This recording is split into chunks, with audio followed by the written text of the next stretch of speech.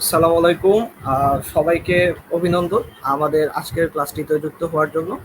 আমরা learn from home সেশনে আজকে ষষ্ঠ নম্বর সেশনে আছি। তো সবার জন্য একটা কথা বলতে চাই যে আমরা যখনই ফিনান্স নিয়ে আলোচনা করতে যাই, অনেকের কাছে মনে হয় ফিনান্স সাবজেক্টটা খুবই কঠিন, আবার অনেকের খুবই পছন্দ। যাদের পছন্দ তাদের ক্ষেত্রে দেখা যায় যে তারা এইচএসসি তে ম্যাথ খুব ভালো করে পারে। অনেকে বেসিক বুঝে পারে, অনেকে বেসিক না বুঝে পারে। দুইটার ভিতরে অবশ্যই অনেক পার্থক্য রয়েছে। তবে আমাদের যে জিনিসটা অবশ্যই মাথায় রাখতে হবে যে ফিনান্স যদি আমরা ঠিকঠাক ভাবে পড়তে চাই তাহলে বেসিকটা ক্লিয়ার করা খুব ইম্পর্টেন্ট। এখন আমাদের ক্ষেত্রে যে জিনিসগুলো মাথায় আসে যে আমরা ফিনান্সে যে ম্যাথ যদি আসে এডমিশনে, তখন কি আমরা ক্যালকুলেটর ইউজ করব নাকি না, আমরা বেসিক গুলো আসলে কিভাবে ক্লিয়ার করব, ফিনান্সের এত বড় বড় ম্যাথ কি আসলে এডমিশন আসবে নাকি না, এত সব কোশ্চেনের আজকে যত উত্তর থাকবে সবগুলো এই সেশনে থাকবে। সো আমি তোমাদেরকে এই প্রমিস করতেছি। এবং তোমরা যে কাজটা করবে সেটা হচ্ছে আজকে তোমার বন্ধুদের নিয়ে এই ক্লাসটিতে যুক্ত হয়ে যাবে।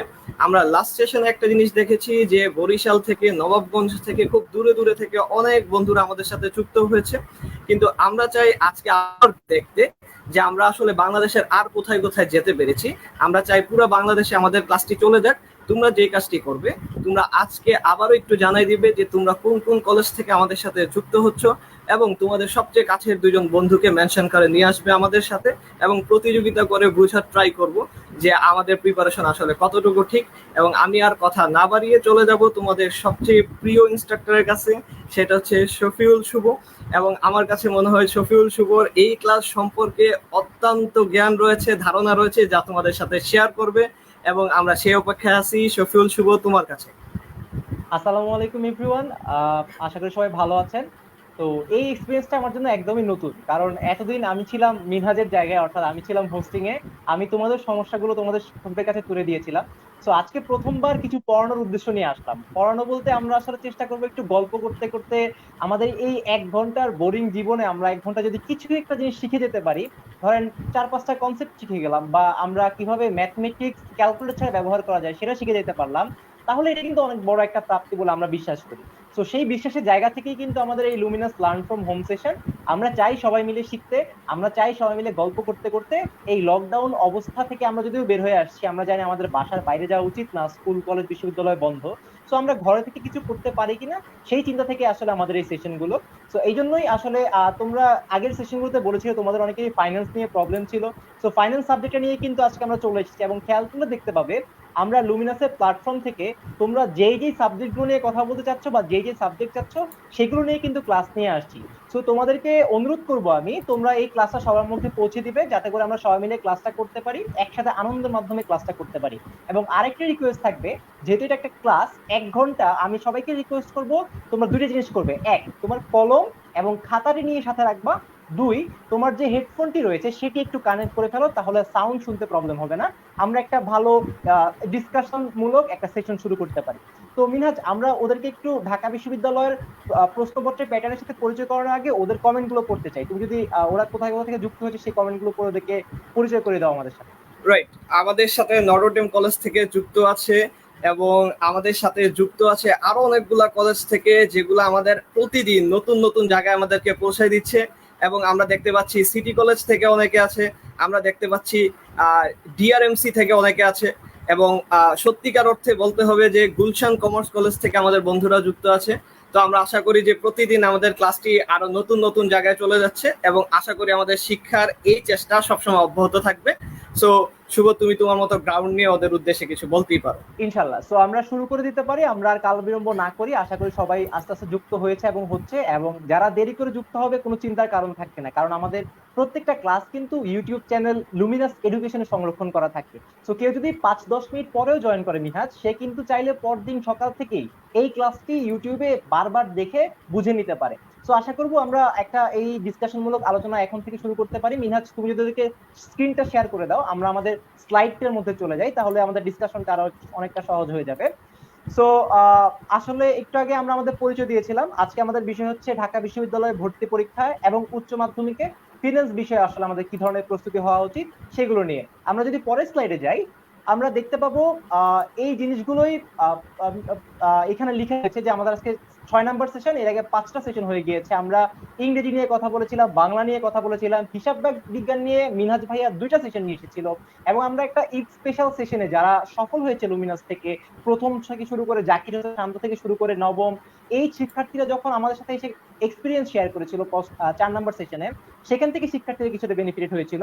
সো আমাদের 6 নাম্বার সেশন আমরা শুরু করতে যাচ্ছি ফিনান্স নিয়ে। পরের স্লাইডে আমরা দেখতে পাচ্ছি, পরের স্লাইডে আমাদের বলা রয়েছে এমসিকিউ সেকশনে ফিনান্স বিষয়ে তোমাকে 15 নাম্বার আনসার করতে হবে। তার আগে একটি জিনিস আমি একটু বলে রাখি যে এই ফিনান্স কিন্তু বাধ্যতামূলক কিছু নয়। অর্থাৎ ঢাকা বিশ্ববিদ্যালয় ভর্তি পরীক্ষা 5টা বিষয়ের মধ্যে যার ফিনান্স রয়েছে এবং ম্যানেজমেন্ট মার্কেটিং রয়েছে, এই ফিনান্স মার্কেটিং এর যে কোনো একটি বিষয় তোমাকে আনসার করতে হবে। সো যাদের ফিনান্স রয়েছে আজকের ক্লাস তাদের জন্য, এবং এইচএসসি থাকলে তো আর কোনো কথাই নেই, কারণ এখান থেকে আমরা অনেক কিছু জিনিস এইচএসসি তো ইনশাআল্লাহ কমন পাবো বলে বিশ্বাস করি। পরের জায়গায় যদি আমরা চলে যাই, দেখতে পাচ্ছি একটা এমসিকিউ কারেক্ট হলে আমরা পাবো 1.25, এবং আমরা জানি ভুল হলে পাবো হচ্ছে 0.25 নাম্বার করে কাটা। সো আমরা ইনশাআল্লাহ চেষ্টা করবো আমাদের যাতে ভুল না হয়।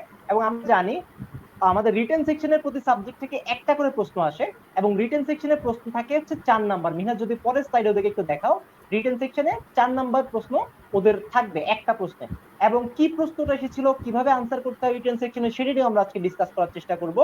আর সো আমরা বলতে পারি ফিনান্সে সর্বমোট ঢাকা বিশ্ববিদ্যালয়ের 120 নাম্বারের মধ্যে 19 নাম্বার থাকে, এবং ঢাকা বিশ্ববিদ্যালয়ে ভালো ভালো সাবজেক্ট পেতে হলে কি করতে হবে, ফিনান্স বিষয়ে 100% মার্কস আমাদেরকে ক্যারি করতে হবে, ম্যানেজমেন্টে 100% মার্কস ক্যারি করতে হবে, অ্যাকাউন্টিং এ সর্বোচ্চ মার্কস ক্যারি করতে হবে। সো এই সহজ সহজ বিষয়গুলো যদি আমরা ভালো ভালো মার্কস ক্যারি করি, তাহলে কিন্তু আমরা অনেক দূর এগিয়ে যেতে পারবো। যেমন আমি যদি আমার এক্সপিরিয়েন্স শেয়ার করি, 2015 সালে কিন্তু আমিও তোমাদের মতো এইচএসসির শিক্ষার্থী ছিলাম, এবং সেই সময় আমাদের অ্যাডমিশন টেস্টে আমরা কিন্তু এই সাবজেক্টগুলোতেই ভালো মার্কস তুলেছিলাম। আমার মনে আছে আমার এমসিকিউ ফিনান্সে সবগুলো হয়েছিল, ম্যানেজমেন্টে আল্লাহর রহমতে সবগুলো হয়েছিল, অ্যাকাউন্টিং এ জাস্ট 2টা এমসিকিউ ভুল হয়েছিল, কিন্তু আমার ইংরেজিতে 24-এর মধ্যে মার্কস ছিল 15 বা 16 এরকম।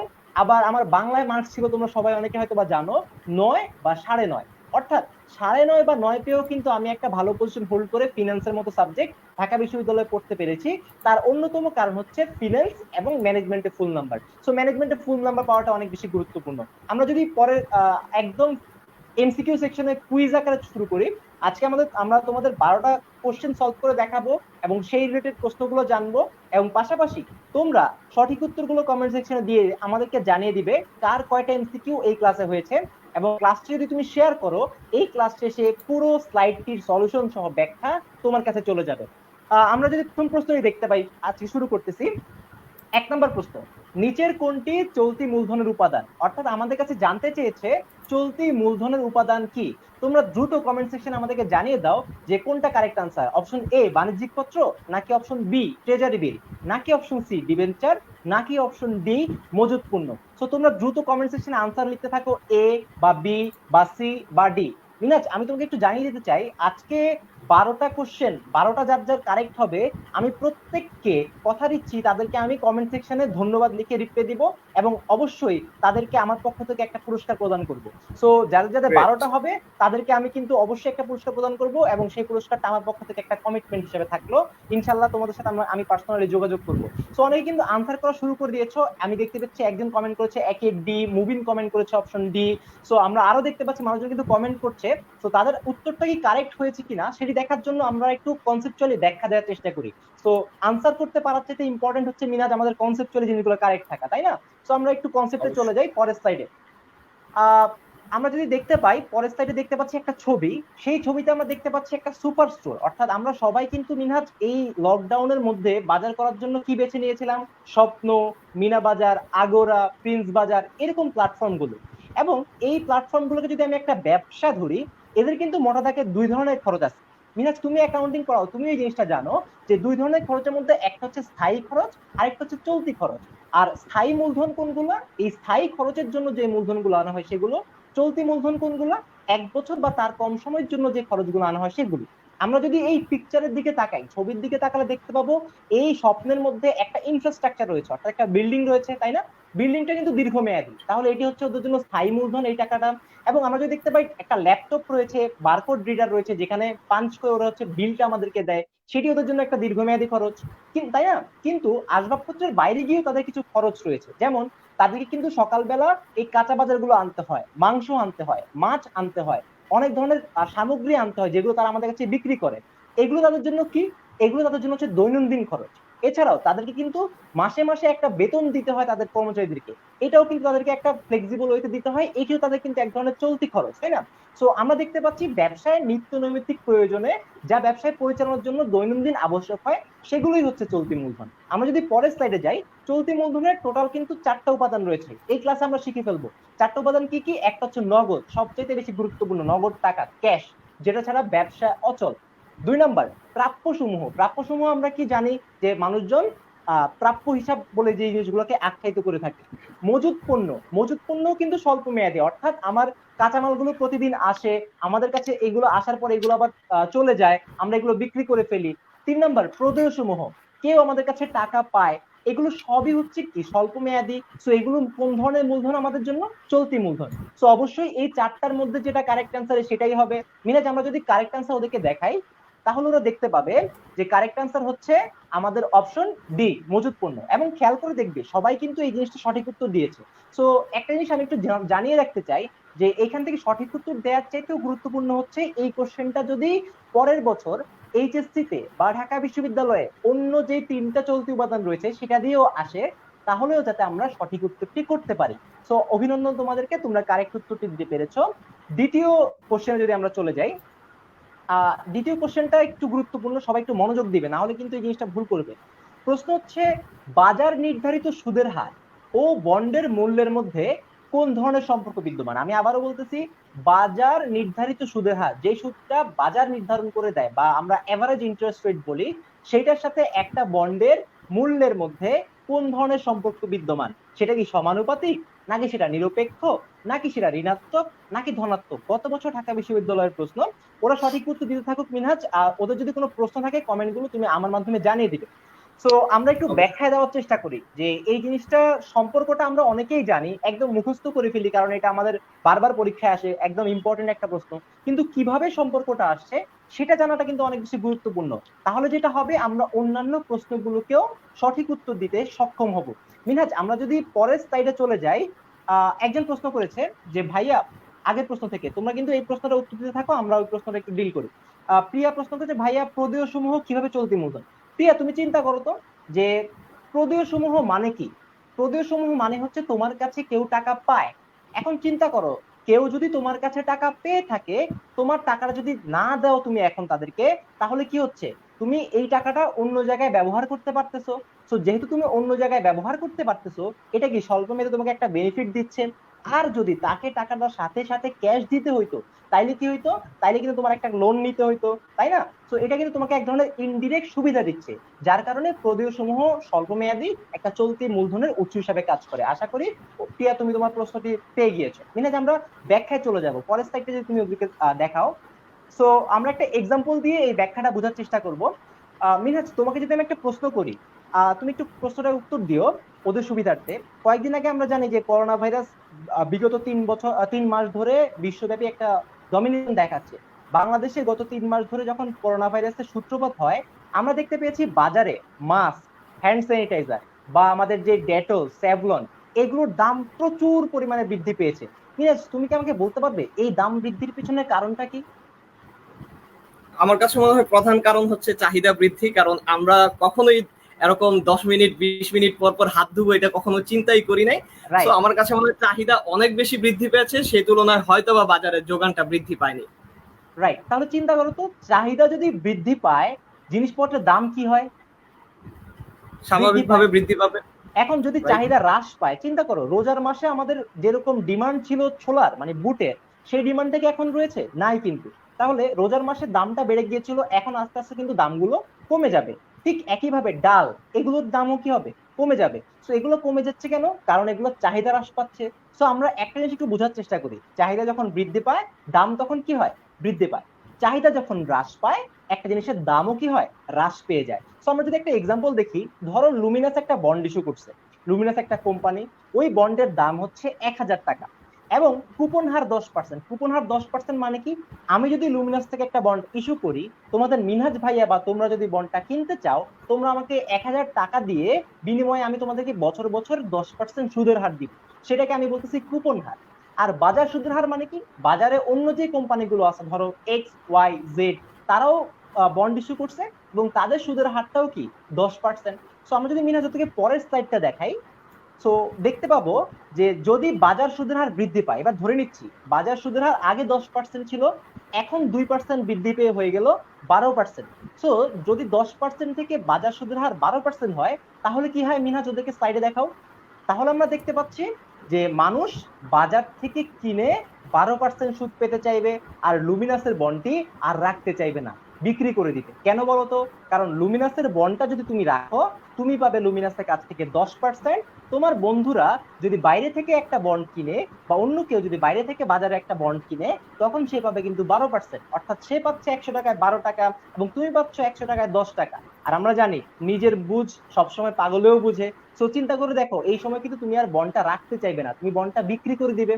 কেন বিক্রি করে দিয়েছো বলতো? কারণ এই বন্ডটার বাজারে, অর্থাৎ লুমিনাস বন্ডের বাজারে চাহিদা হ্রাস পেয়েছে, কারণ হচ্ছে এর কুপন সুদের হারটা হ্রাস পেয়েছে, এবং বন্ডটির মূল্যটাও স্বাভাবিকভাবে হ্রাস পাবে। কারণ আমি যদি এই লুমিনাস বন্ড 10% সুদ দিয়ে মানুষের কাছে বিক্রি করতে চাই, তাহলে কি হবে, মানুষ আমাকে কিন্তু 10% এই জিনিসটা কিনবে তখনই যখন ওদেরকে আমি ডিসকাউন্ট দিব। ফর এক্সাম্পল বলবো, ভাই আমার বন্ডটা কিনেন, 100 টাকা ছাড় দিব বা 50 টাকা ছাড় দিব, তাহলে আমার বাধ্য হয়ে কি করতে হচ্ছে, লুমিনাস বন্ডের দামটা কমাতে হচ্ছে। তো এই কারণেই কি হচ্ছে, আমার বন্ডের হ্রাসটা, মূল্যটাও হ্রাস পাচ্ছে। তাহলে আমরা কি দেখতে পাচ্ছি বলতো, বাজার সুদের হার 10% থেকে 12% হওয়ার কারণে লুমিনাস বন্ডের দামটা কি হচ্ছে, হ্রাস পাচ্ছে। তাহলে রিলেশনটা কেমন হয়ে গেল, নেগেটিভ বা ঋণাত্মক বা বিপরীতমুখী। তাহলে আমরা সঠিক উত্তর দেখতে চাই মিনহাজ। আমরা দেখতে পাচ্ছি সঠিক উত্তর হচ্ছে নেগেটিভ বা ঋণাত্মক। সো অপশনে আশা করি অনেকেই কারেক্ট উত্তর দিতে পেরেছো। এখানে আমি একটা শর্টকাট টিপস বলে দিই। মনে রাখবা, যখনই সুদের হার বা ডিসকাউন্টিং রেটের সাথে কোনো কিছুর বর্তমান মূল্য অর্থাৎ প্রেজেন্ট ভ্যালু রিলেশন কথা বলবে, তখন সেটা অলওয়েজ নেগেটিভ, তখন সেটা অলওয়েজ ঋণাত্মক হবে। সো তুমি কিন্তু এটা শর্টকাট মনে রাখো যে ডিসকাউন্টিং রেট বা সুদের হারের সাথে যে কোনো বন্ডের মূল্যের সম্পর্কটা হবে, বা যে কোনো বর্তমান মূল্যের সম্পর্ক হবে ঋণাত্মক। সো তুমি চোখ বন্ধ করে কিন্তু ঋণাত্মক আনসার করতে পারবে। সো যারা যারা পেরেছো তোমাদেরকে অভিনন্দন। আমরা 3 নাম্বার প্রশ্ন চলে যাই।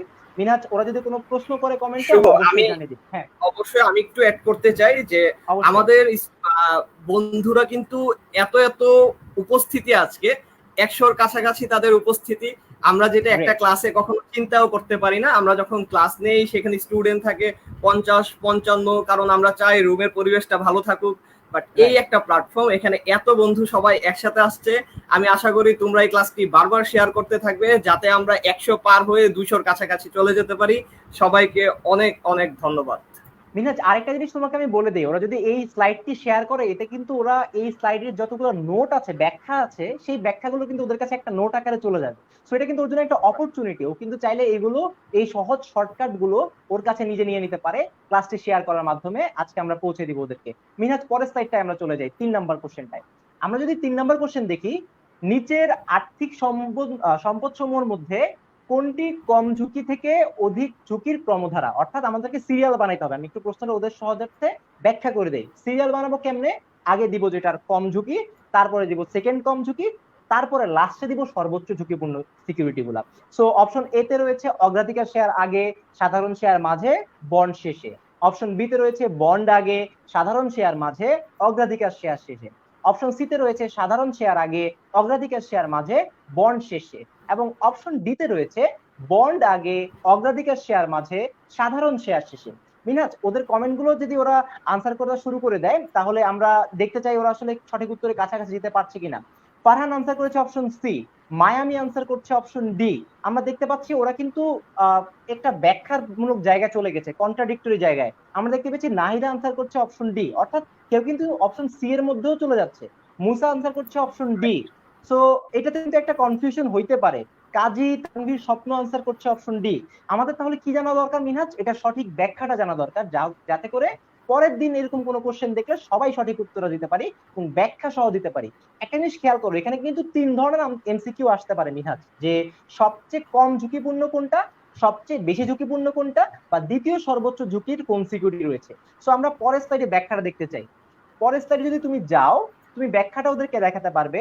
সিরিয়াল একদম কম থেকে বেশি ঝুঁকি, সবচেয়ে কম ঝুঁকি আমরা দেখতে পাচ্ছি বন্ডের, সেকেন্ড সর্বোচ্চ হচ্ছে অগ্রাধিকার শেয়ারের, এবং সবচাইতে বেশি ঝুঁকিপূর্ণ হচ্ছে সাধারণ শেয়ার। তাহলে ওরা কিন্তু সহজেই সিরিয়ালটা করতে পারবে। আমি একটু ওদের সুবিধার্থে এটাকে ব্যাখ্যা করে দিই, যাতে করে কনসেপচুয়ালি ও কারেক্ট থাকতে পারে। ব্যাখ্যাটা কি? আমাকেও কেউ প্রশ্ন করতে পারো যে বন্ড ভাইয়া কেন সবচাইতে কম ঝুঁকিপূর্ণ সিকিউরিটি, এবং সাধারণ শেয়ার ভাইয়া কেন সবচাইতে বেশি ঝুঁকিপূর্ণ সিকিউরিটি। আমি মিনহাজের হেল্প নিব। মিনহাজ, তুমি আমাকে ওদের হয়ে উত্তর দাও তো। বন্ড এটা কি আমার অভ্যন্তরীণ মূলধন না বাইরের মূলধন? অবশ্যই বাইরে থেকে আসছে। বাইরে থেকে আসছে। মিনহাজ, বন্ড যদি একটা ঋণ হয়, এখন কেউ তোমার কাছে টাকা পায়, তোমার আম্মু তোমার কাছে টাকা পায় আর তোমার বন্ধু তোমার কাছে টাকা পায়, তো তুমি টাকা প্রথমে অর্জন করলে, তুমি কি তোমার আম্মুকে আগে টাকা দিবে না বন্ধুকে আগে টাকা দিবে? বন্ধুকে দিব। কারণ বন্ধুর লোনটা দূরের, ওর লোনটা আগে আমাকে শেষ করতে হবে, রাইট? সো বন্ড যদি আমার কাছে একটা বাইরের দায়ী হয়, ও যদি আমার কাছে ঋণদাতা হয়, আমার পাওনাদার হয়, স্বাভাবিকভাবেই ওর টাকাটা আমাকে আগে দিতে হবে। সো যেহেতু আগে দিতে হচ্ছে, এবার চিন্তা করো ওর দৃষ্টিকোণ থেকে। তোমার বন্ধু কিন্তু তোমার আম্মার আগে টাকা পাইতেছে, সো তোমার বন্ধুর জন্য সেটা কি সবচেয়ে কম ঝুঁকিপূর্ণ, রাইট? তাহলে চিন্তা করো, বন্ড যেহেতু সবার আগে লাভের অংশ থেকে সুদ পায়, এবং একটা ব্যবসায় বিলোপ সাধনের পরে তুমিও জানো যে সবার আগে আমাকে কাকে টাকা দিয়ে দিতে হয়? বন্ড হোল্ডারকে টাকা দিয়ে দিতে হয়। এ কারণে বন্ড সবচাইতে কম ঝুঁকিপূর্ণ সিকিউরিটি। আর সাধারণ শেয়ার সবচেয়ে বেশি কেন? আমরা জানি যে একটি কোম্পানির মূল মালিক হচ্ছে সাধারণ শেয়ার হোল্ডাররা, এরাই হচ্ছে কোম্পানির প্রকৃত মালিক আমরা বলি, তাই না? তো কোম্পানির প্রকৃত মালিক যারা, তারা কি করে? টাকা পাইলে আগে সবার আগে নেয়? অবশ্যই না, সবার আগে বাইরের মানুষকে টাকা দেয়। তো এই জন্য যেটা হয়, লাভের অংশ, লভ্যাংশ সবার শেষে পায় হচ্ছে সাধারণ শেয়ার হোল্ডার, এবং বিলোপ সাধনে মূলধন ফেরত সবার শেষে কে পায়? সাধারণ শেয়ার হোল্ডার। যার কারণে যে সাধারণ শেয়ারে বিনিয়োগ করে তার ঝুঁকিটা থাকে সবচেয়ে বেশি, কারণ একদম সবার শেষে ও টাকাটা পায়। আর অগ্রাধিকার শেয়ার মাঝে কেন? কারণ আমরা জানি এটা একটা হাইব্রিড সিকিউরিটি, এবং হাইব্রিড মানে কি? দুইটা জিনিসই কিন্তু, দুইটা জিনিসের বৈশিষ্ট্য ওর মধ্যে রয়েছে, সো ও মাঝামাঝি থাকলো। তো আমরা জানলাম কম ঝুঁকিপূর্ণ বন্ড, অগ্রাধিকার শেয়ার সেকেন্ড ঝুঁকিপূর্ণ, সবচেয়ে ঝুঁকিপূর্ণ হচ্ছে সাধারণ শেয়ার হোল্ডার। অনেকগুলো প্রশ্ন জানলাম, তাহলে সঠিক উত্তর কি আমরা দেখতে চাই? সঠিক উত্তর হচ্ছে অপশন ডি। তো সবাইকে অভিনন্দন যারা যারা উত্তর করতে পেরেছো। আমি তোমাদেরকে রিকোয়েস্ট করব ব্যাখ্যাটাও মাথায় রাখো, যাতে করে অন্যান্য ভাবে ঘুরায় পেঁচায় দিল তুমি ভাই প্রশ্ন সঠিক উত্তরটা দিতে পারো। আমরা পরবর্তী প্রশ্ন চলে যাবো। মিনহাজ, মিনহাজ তুমি যদি প্রশ্নটা ওদেরকে রিডিং করে শোনাও। 4 নাম্বার প্রশ্ন। নিচের কোনটি কেন্দ্রীয় ব্যাংকের কাজ নয়? আমরা সবাই জানি যে আমাদের কেন্দ্রীয় ব্যাংক থাকে, সে কেন্দ্রীয় ব্যাংকের কিছু কাজ থাকে। তোমার কোশ্চেনটা আসছে যে কেন্দ্রীয় ব্যাংকের কাজ নয় কোনটি। তার মানে তুমি যদি কেন্দ্রীয় ব্যাংকের কাজ সম্পর্কে ভালো ধারণা রাখো, তুমি অবশ্যই এই কোশ্চেনটি উত্তর করতে পারবে। তো আমি দেখতে চাই কে কে উত্তর করতে পারছো আমাদের সাথে। সো অপশন এ হচ্ছে মুদ্রানীতি প্রণয়ন ও বাস্তবায়ন, অপশন বি হচ্ছে বৈদেশিক মুদ্রার বাজারে হস্তক্ষেপ এবং নীতি প্রণয়ন ও বাস্তবায়ন, অপশন সি হচ্ছে সরকারি বৈদেশিক মুদ্রার রিজার্ভ সংরক্ষণ ও ব্যবস্থাপনা, এবং অপশন ডি হচ্ছে তালিকাবদ্ধ কোম্পানিগুলোকে নিয়ন্ত্রণ করা এবং এদের তদারকি করা। সো মিনহাজ, একটা জিনিস খেয়াল করে দেখলে তুমি প্রশ্ন বুঝতে পারবা যে একটু তাড়াহুড়া করবে ঢাকা বিশ্ববিদ্যালয়ের পরীক্ষায়, সে কিন্তু ভুল করার চান্স বাড়ায় দিবে। কেন? সে কিন্তু প্রশ্নটা পড়তে পারে এমনি করে যে নিচের কোনটি কেন্দ্রীয় ব্যাংকের কাজ, সো অপশন এ দেখে কিন্তু কাজ আনসার করে দিতে পারে। তার মানে আমাকে অপশন সবগুলা কিন্তু প্রথম থেকে শেষ পর্যন্ত, যদিও আমি অপশন এ তে কারেক্ট আনসার খুঁজে পাই, তাও 4টা অপশন পড়ে একদম ক্লিয়ার কাট হয়ে তারপরে আনসার করবো। কারণ যে প্রশ্নটা আমি পারি, 2 সেকেন্ড না পড়ার কারণে অবশ্যই সেই প্রশ্নটা আমি ভুল করতে চাইবো না, আমার বন্ধুকে আমার উপরে যেতে চাইবো না, কারণ আমি চাই আমার পজিশনটা আগে থাকুক, ভালো ডিপার্টমেন্টে আমি পড়ি। সো ওদের কমেন্ট গুলো যদি আমাদেরকে দেখাও, আমরা বুঝতে পারবো যে আসলে কে কে কারেক্ট আনসার দিতে পারতেছে। সালসাবিল অপশন বি আনসার করছে, নাইমুল ইসলাম অপশন বি আনসার করতে পারছে। সো আমরা দেখতে পাচ্ছি শাকিল অপশন বি উত্তর করছে। আমার মনে হয় আজকে আমার কাউরে গিফট দেওয়া লাগবে না। শাহনাজ অপশন ডি উত্তর করতেছে। সো তার মানে এই কোশ্চেনটাও একটু কনফিউজিং ওদের কাছে, আমি ব্যাখ্যা দিব। M Y Rahman option B উত্তর করতেছে। আল্লাহ, হয়েছে কাজ, আজকে আমার আর গিফট দেওয়া লাগবে না। সো মিনহাজ, আমি বুঝে গেছি, আমি ভাবছিলাম ওদেরকে 50 টাকা রিচার্জ করে দিব, যাতে করে ওরা আবার জিবি কিনে পরের লুমিনাস লার্ন ফ্রম হোম সেশনটা লাইভ করতে পারে। তো আমার মনে হয় আমার আর খরচ করতে হবে না, আমি ব্যাখ্যায় চলে যাই। আগে ওদেরকে সঠিক উত্তরটা দেখাও মিনহাজ।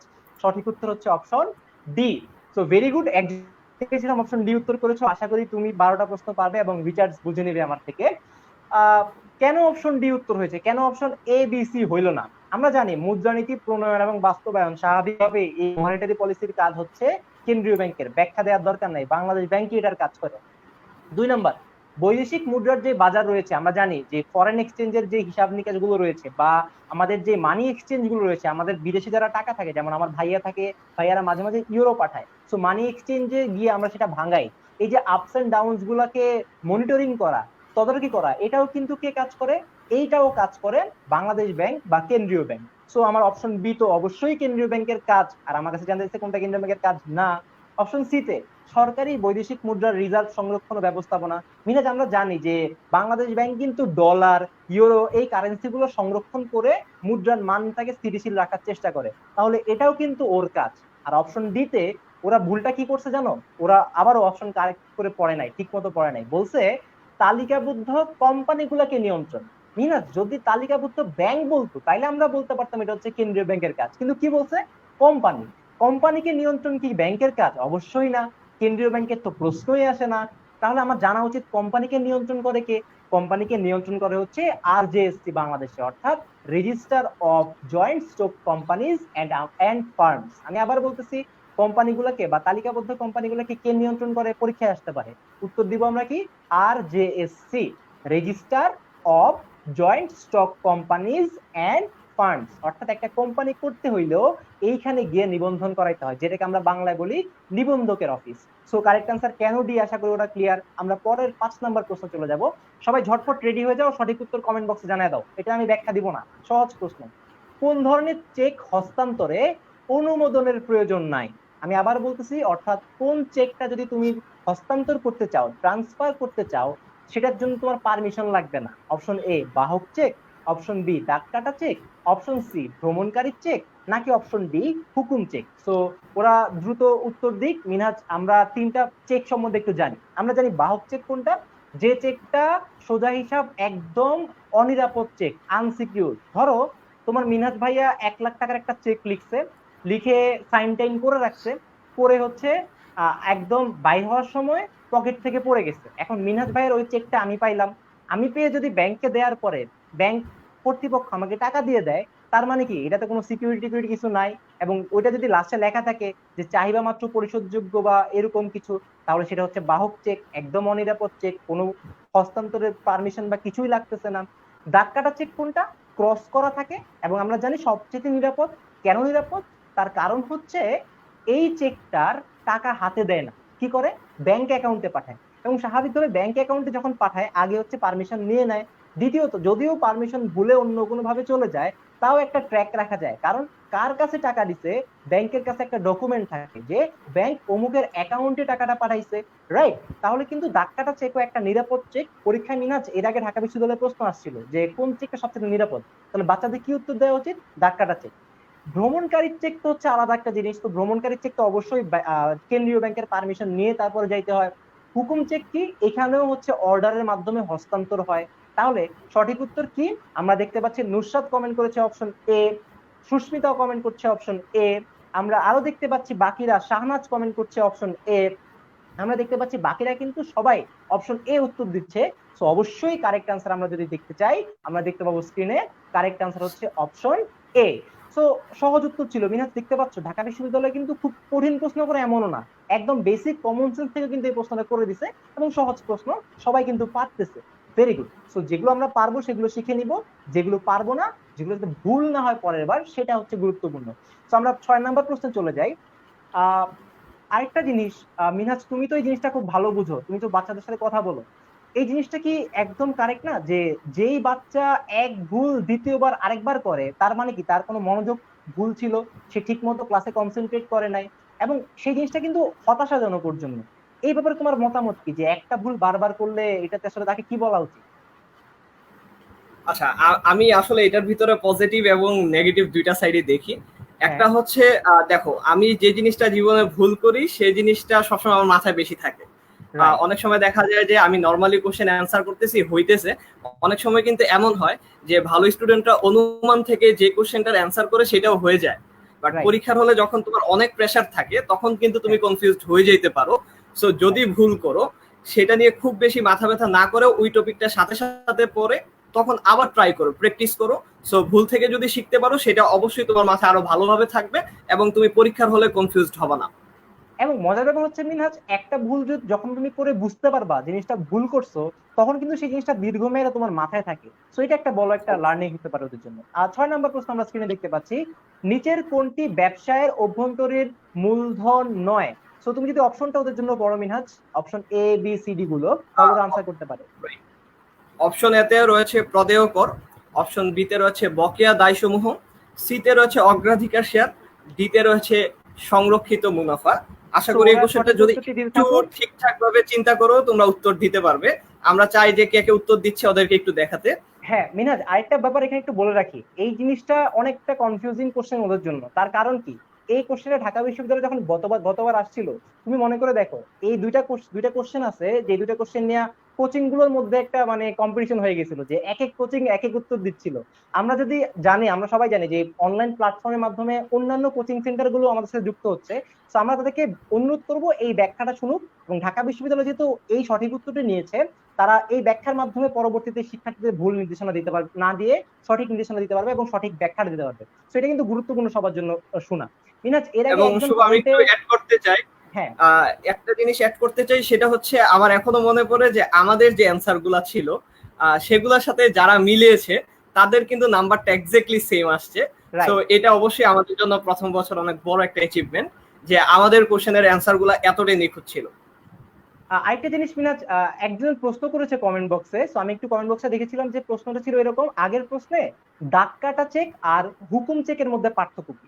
জাস্ট একটা কমন ডিফারেন্স মাথায় রাখবা তুমি, এটা আর ভুলবা না। দাগ কাটা চেক মানে হচ্ছে ক্রস, ডাবল ক্রস করে দিবে উপরে, এবং ডাবল ক্রস করার মাধ্যমে যে পরবর্তীতে টাকাটা পাবে সে হচ্ছে অ্যাকাউন্টে পাবে, টাকাটা হাতে পাবে না, ক্যাশ পাবে না। আর হুকুম চেকের টাকাটা তুমি ক্যাশ পাবা, হাতে পাবা। অর্থাৎ এই হচ্ছে দুইটার মধ্যে একটা পার্থক্য। আরেকটা পার্থক্য হচ্ছে হুকুম চেকে কিন্তু ক্রস থাকে না, উপরে আড়াআড়ি দুইটা কাটা থাকে না, থাকলেও অ্যাকাউন্ট নাম্বারটা দেয়া থাকে না। এটা গুরুত্বপূর্ণ, হুকুম চেকে অ্যাকাউন্ট নাম্বারটা ক্রসের মধ্যে থাকে না, কিন্তু দাগ কাটা চেকে ক্রসের মধ্যে অ্যাকাউন্ট নাম্বার থাকে। আমরা অপশনে কিন্তু অনেকগুলোকে দেখতে পেয়েছি যে কমেন্ট সেকশনে কেউ বি আনসার করছে, আমার কাছে মনে হচ্ছে আনসার করছে, অপশন বি এবং অপশন সি নিয়ে খুব মারামারি চলতেছে। রাইট। সো তুমি যদি এখানে ব্যাখ্যা চলে যাই, হ্যাঁ যদি আমরা ব্যাখ্যা দেই, আমি তোমার থেকে হেল্প নিব মিনহাজ। ধরো তোমার একটা প্রতিষ্ঠান আছে, তোমার প্রতিষ্ঠানটা সঠিক উত্তর সবাই দেখতে পাচ্ছে স্ক্রিনে, অপশন সি। আমরা একটু ব্যাখ্যায় চলে যাই, যে তোমার কাছে একটা প্রতিষ্ঠান আছে, এই প্রতিষ্ঠানে 10 জন চাকরি করত, সেই 10 জন তোমার কাছে 70,000 টাকা পায়। তাহলে মিনাজ কত টাকা পায় তোমার কাছে? 70,000 টাকা। এখন তুমি যদি ওই মানুষজনকে 70,000 টাকা না দাও তৎক্ষণাৎ, তাহলে তুমি কি টাকাটা ডিফার করতেছো না, ডিলে করতেছো না? যেটাকে আমরা কি বলি, যেটাকে আমরা প্রদেয় সমূহ বা এটাকে অ্যাক্রুয়ালস বা ডেফারেল বলি, তাই না? এবং এটা তোমার জন্য একটা দায়, তাই না? তো এই যে দায়টা তুমি যদি পরিশোধ করতে চাইতা, 10 জনকে 70,000 টাকা যেটা দেয়া উচিত, ওরা পরিশ্রম করছে, এটা ওদের প্রাপ্য, এই টাকাটা যদি তুমি ওদেরকে দিয়ে দিতে সাথে সাথে, তোমার কাছে টাকা না থাকলে কি করতে হইতো? বাইরে থেকে লোন আনতে হইতো। সো যদি বাইরে থেকে লোন আনা লাগতো 70,000 টাকা, এটা একটা বাইরের উৎস হইতো, বাহ্যিক মূলধন হইতো, তাই না? বহির মূলধন হইতো।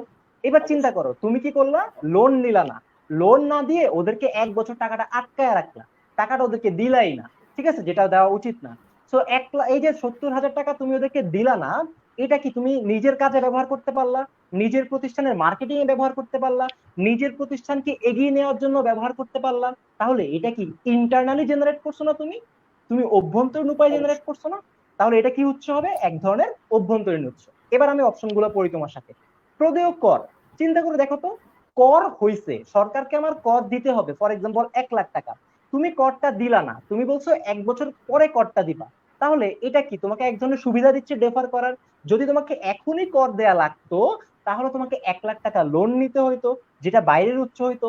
তুমি লোন না নিয়ে অভ্যন্তরীণ উপায়ে কিন্তু এটাকে জেনারেট করতে পারতেছো ডেফার করে। তাহলে ডেফার করার মাধ্যমে এটা তোমার একটা অভ্যন্তরীণ সুবিধা দিচ্ছে। তাহলে প্রদেয় কর হচ্ছে এক ধরনের অভ্যন্তরীণ মূলধন। বকেয়া দায়, চিন্তা করে দেখো, একইভাবে তোমার দায় হইছে, তুমি দায়টা দিচ্ছ না, তুমি দায়টা না দিয়ে দেরি করতেছো, পরে দিবা বলতেছো। যদি তোমার তখনই দিতে হইতো, দায়টা পরিশোধ করতে হইতো, তাহলেও কিন্তু তোমার বাইরে থেকে টাকা আনা লাগতো। তোমার টাকাটা আনা লাগতেছে না, তুমি ইন্টারনালি কিন্তু এটাকে জেনারেট করতে পারতেছো বকেয়া দায় হিসাবে রেখে। সো বকেয়া দায় হিসাবে যেহেতু রাখতে পারতেছো, এই বকেয়া দায়টাও তোমার জন্য কি অভ্যন্তরীণ না বাহ্যিক? অবশ্যই অভ্যন্তরীণ। চিন্তা করো, অপশন ডি, সংরক্ষিত মুনাফা তো তোমার নিজের টাকা, তোমার লাভের অংশ থেকে তুমি সংরক্ষণ করতেছো।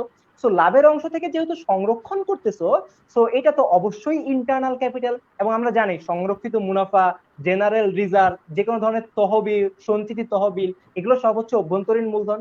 সো অপশন ডি তো হওয়ার চান্সই নাই। অপশন এ আর বি ও হওয়ার চান্স কেন নয়? কারণ এটা আমাকে ইন্টারনালি টাকা জেনারেট করার সুযোগ করে দিচ্ছে, আমাকে টাকাটা ডেফার করার সুযোগ করে দিচ্ছে। অন্যদিকে অগ্রাধিকার শেয়ারের কথা চিন্তা করো। অগ্রাধিকার শেয়ার, তুমি যখন শেয়ার ইস্যু করবা, বাইরের মানুষ তোমার শেয়ারটা কিনে তোমাকে টাকা দিবে। তাহলে বাইরের মানুষ যখন শেয়ারটা কিনে টাকা দিবে, সেক্ষেত্রে কি হবে? আমি বাইরে থেকে টাকাটা জেনারেট করতেছি, অবশ্যই তারা বাইরে থেকে ভিতরে আসতেছে, টাকাটাও তাদের সাথে করে বাইরে থেকে ভিতরে আসতেছে। সো এটা অবশ্যই বাইরের মূলধন হবে। তাহলে বাইরের মূলধন যেহেতু হয়ে গিয়েছে, তাহলে এটা হবে বাহ্যিক মূলধন। আর আমার কাছে জানতে চেয়েছে নিচের কোনটি অভ্যন্তরীণ মূলধন নয়, তাই কারেক্ট আনসার হচ্ছে অপশন সি। আশা করি এই কনফিউশনটা তোমরা রাখতে পারছো। একটা প্রশ্ন ছিল, হ্যাঁ ভাইয়া একটু আস্তে আস্তে বোঝালে সুবিধা হতো, আপনি অনেক তাড়াতাড়ি কথা বলছেন। থ্যাংক ইউ নুসরাত, তোমাকে, তুমি আমাকে এই জিনিসটাতে হেল্প করেছো। আমি এখন থেকে আরো ধীরে ধীরে তোমাকে বোঝানোর চেষ্টা করব। সো আমি আবার একটু রিপিট করতেছি, অপশন এ আর বি কেন উত্তর হলো না? তার কারণ হচ্ছে অপশন এ আর বি তে তোমার খরচ হয়েছে, কিন্তু তুমি খরচটা তখন তাৎক্ষণিক দিচ্ছ না, তুমি না দিয়ে ডেফার করতেছো। যদি তুমি তখন দিতে হইতো তোমাকে, তাহলে তোমার বাইরে থেকে টাকাটা আনা লাগতো, অনলি সেক্ষেত্রে তোমার জন্য সেটা বাইরের মূলধন হইতো। যেহেতু বাইরে থেকে টাকাটা আনা লাগতেছে না, তুমি দেরি করতেছো এবং তুমি ওদেরকে বুঝায় রাখতে পারতেছো, সো এটা হবে অভ্যন্তরীণ মূলধন। আশা করি এবার সবাই বুঝতে পারতেছো। একটা প্রশ্ন ছিল জুম নিয়ে। জুম নিয়ে প্রশ্নটা কি ছিল মিনহাজ, যে আমাদের জুমের অনলাইন ব্যাচে ভর্তি চলছে কিনা? হ্যাঁ, আমাদের ক্লাসগুলো একটু পরে আমরা জানাবো। আমাদের যারা ভর্তিকৃত স্টুডেন্ট, তাদেরকে আমরা জুমে অ্যাপের মাধ্যমে প্রতি সপ্তাহে 3টা করে অনলাইন অ্যাডমিশনে এগিয়ে রাখার জন্য ক্লাস নিচ্ছি, যেটা তোমরা স্ক্রিনে দেখতে পাচ্ছ, কমেন্টে সাফন শ্রাবণ ভাইয়া জানিয়ে দিয়েছে। তো আশা করি এটার উত্তর তুমি পেয়েছো। মিনাজ 7 নম্বর প্রশ্ন চলে যাবো আমরা। তো খুব দ্রুত উত্তর করতে হবে। 7 নম্বর প্রশ্ন খুবই সহজ। এটা নিচের উৎস সমূহের মধ্যে কোনটির অর্থায়নের খরচ সবচেয়ে কম হবে? ঝটপট উত্তর করতে হবে। অপশন এ অগ্রাধিকার share, option B bond, option C সংরক্ষিত মুনাফা, এবং অপশন ডি সাধারণ শেয়ার। তো আমরা যদি ওদের জন্য একটু অপেক্ষা করি মিনহাজ, তাহলে ওদের কমেন্ট গুলো দেখতে পারবো এবং ওরা সঠিক উত্তর দিতে পারতেছে কিনা সেটা দেখি। তোমরা ঝটপট উত্তর দিয়ে দাও। এবং শুভ, সবচেয়ে ইন্টারেস্টিং বিষয় ছিল লাস্ট কোশ্চেনটা নিয়ে অনেকের কমেন্ট ছিল, ভাইয়া কোশ্চেনটা ক্রিয়েটিভ, ভাইয়া কোশ্চেনটা একটু কনফিউশনে সবাই ছিল। বাট তোমার বোঝানোর পর আমার কাছে মনে হয় জিনিসটা খুবই সহজ হয়ে গিয়েছে। এবং এই জটিল প্রশ্নের উত্তরটা এবং এই ধারণাটা শুধু তোমার মাঝে না রেখে বন্ধুদের মাঝেও শেয়ার করে দাও, কারণ এমন কোশ্চেন কিন্তু ঢাকা বিশ্ববিদ্যালয়ের 2-1টা প্রতি বছরই আসে। রাইট। এবং এটি নিয়ে শিক্ষকদের মধ্যেও কিন্তু ডিসকাশন হয়, মানে কোচিং গুলোর মধ্যেও কিন্তু অনেকে অনেক ধরনের উত্তর দেয়। তো এগুলো আমাদের শিক্ষার্থীরা যত আগে আগে শিখে নিতে পারবে, ওরা কনফিডেন্ট থাকবে, পরীক্ষার হলে ভয়টা ওদের হবে না। তো 7 নম্বরে আমরা দেখতে পাচ্ছি সুমাইয়া থেকে শুরু করে নাজমুল, অনেকেই অপশন বি আনসার করতেছো, নাজমুল অপশন সি আনসার করতেছো। তো নিচের কোনটির অর্থায়নের খরচ সবচেয়ে কম হবে? সে যদি আনসার করতেছো অপশন বি, আমরা সঠিক উত্তরটা দেখাই মিনহাজ, তার আগে ব্যাখ্যাটা জেনে নিব। সো আমরা স্লাইডে দেখতে পাচ্ছি আরেকটা সিরিয়াল। এই নোটগুলো তোমরা পেতে চাইলে অবশ্যই ক্লাসটি শেয়ার করো, তাহলে এই নোটটি পিডিএফ আকারে তোমার কাছে পৌঁছে যাবে। স্লাইডে আমরা দেখতে পাচ্ছি অর্থায়নের খরচ সর্বনিম্ন থেকে সর্বোচ্চের ক্রমধারা, অর্থাৎ সবার উপরে যে আছে তার অর্থায়নের খরচ সবচেয়ে কম, সবার নিচে যে আছে তার অর্থায়নের খরচ সবচেয়ে বেশি। তো আমরা দেখতে পাচ্ছি বন্ড হচ্ছে সবচাইতে কম খরচের ব্যয়, এবং সাধারণ শেয়ার হচ্ছে সবচাইতে বেশি খরচের ব্যয় বা সবচাইতে বেশি খরচের অর্থায়ন। কেন? ব্যাখ্যাটা একটু দিই, তাহলে ওই যে সি আনসার করছে সি আনসার করবে না। মিনাজ তুমি জানো বন্ড হচ্ছে এক ধরনের বাইরের মূলধন, আমরা একটু আগে বলছি, এবং বন্ডের কারণে তোমাকে কি দিতে হয়? প্রতিষ্ঠান থেকে এক ধরনের ইন্টারেস্ট দিতে হয়, সুদ দিতে হয়। তাহলে মিনাজ তুমি অ্যাকাউন্টিং পড়াও, তুমি একটু হেল্প করো তো আমাকে, যে সুদ খরচ, এই সুদ খরচটা তুমি যখন হিসাব বিবরণীতে উঠাও বা আর্থিক বিবরণীতে উঠাও, বা তুমি যখন বিশদ আয় বিবরণীতে উঠাও, সুদ খরচটা তুমি ব্যয় থেকে, ব্যয়ের সাথে যোগ করে আয় থেকে বাদ দাও না যোগ করো? সুদ খরচটা তুমি কি করো? অবশ্যই অবশ্যই সুদ খরচটা বাদ দাও। অবশ্যই আমরা বেশ অবশ্যই রাইট, ব্যয়ের সাথে যোগ করে আমি আয় থেকে বাদ দিয়ে দিই। এবং যখন আমি ট্যাক্স বের করি, কর বের করি, কর বের করার আগেই কিন্তু আমি সুদ খরচটাকে বাদ দিয়ে দেই। তার মানে কি সুদ খরচটা আমার জন্য কর বাদযোগ্য, ট্যাক্স এক্সেমটেড, অর্থাৎ এখানে আমি একটা ধরনের ট্যাক্স এক্সেমশন পাচ্ছি। অন্যদিকে সাধারণ শেয়ার থেকে যে লভ্যাংশ হয় বা অগ্রাধিকার শেয়ার থেকে যে লভ্যাংশ হয় বা সংরক্ষিত মুনাফা থেকে যেই আমার সুযোগ ব্যয়টা হয়, অপরচুনিটি কস্ট হয়, চিন্তা করে দেখো তো সেই ব্যয়গুলোকে কি আমি বিশদ আয় বিবরণীতে এনে সুদের মতো বাদ দিতে পারতাম? পারতাম না। সেখানে কি আমি কর ছাড় পাইতাম? পাইতাম না।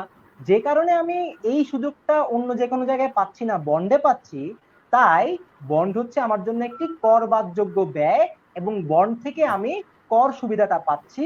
তাই বন্ড হচ্ছে সবচাইতে কম ব্যয়ের উৎস। সো এই জন্য আমাদের সঠিক উত্তর হচ্ছে বন্ড। তো তাহলে আমরা বুঝতেই পারতেছি বন্ড যেহেতু সবচাইতে কম ব্যয়ের উৎস এবং সাধারণ শেয়ার কেন সবচেয়ে বেশি মিনহাজ। এক নম্বর কারণ হচ্ছে ওই যে এখানে আমি কর সুবিধা পাচ্ছি না। দুই নম্বর কারণ হচ্ছে আমার যখনই শেয়ার ইস্যু করতে হয় তখন কি করতে হয়, এখানে কিন্তু ফ্লোটেশন কস্ট থাকে, অর্থাৎ একটা শেয়ার ইস্যু করতে হইলে আমার আইনি খরচ থাকে, আমার বিভিন্ন ধরনের অবলেখন খরচ থাকে, অর্থাৎ যেটাকে আমরা আন্ডার রাইটিং এক্সপেন্স বলি। এই ধরনের খরচের কারণে এছাড়াও লভ্যাংশ দিতে হয়। এই খরচগুলোর কারণে আমার অর্থায়নের খরচ সবচেয়ে বেশি হয় হচ্ছে সাধারণ শেয়ারে। পরীক্ষায় বারবার এই প্রশ্নগুলো আসে, কোন উৎসের ব্যয় সবচেয়ে বেশি? উত্তর হচ্ছে সাধারণ শেয়ার। এবং কোন উৎসের ব্যয় সবচেয়ে কম? উত্তর হচ্ছে বন্ড। তাই সঠিক উত্তর হচ্ছে এখানে অপশন এ, বন্ড। আরেকবার বুঝাবো অবশ্যই। হ্যাঁ অবশ্যই আমি আরেকবার বুঝাচ্ছি। চিন্তা করে দেখো প্রিয়া, তোমার কাছে আমার প্রশ্ন হচ্ছে বন্ড থেকে কি দেওয়া হয়? বন্ড থেকে সুদ দেওয়া হয় এবং সুদ হচ্ছে এক ধরনের ব্যয়। এই সুদটা তুমি বিশদ আয় বিবরণীতে কি করো? তুমি বিশদ আয় বিবরণীতে মুনাফা থেকে বাদ দাও। যেহেতু তুমি মুনাফা থেকে বাদ দাও, সেখানে তুমি একটা কর সুবিধা পাও। যেহেতু তুমি একটা করের সুবিধা পাচ্ছ, কর তোমাকে কম দিতে হচ্ছে, তাই বন্ড হচ্ছে একটি কর বাদযোগ্য ব্যয় বা একটি ট্যাক্স এক্সেম্পটেড কস্ট। এই কারণে বন্ডের খরচ সবচাইতে কম হয়। আশা করি প্রিয়া এবার বুঝতে পেরেছে। আমরা সঠিক উত্তরের দিকে চলে যাই নিহাত।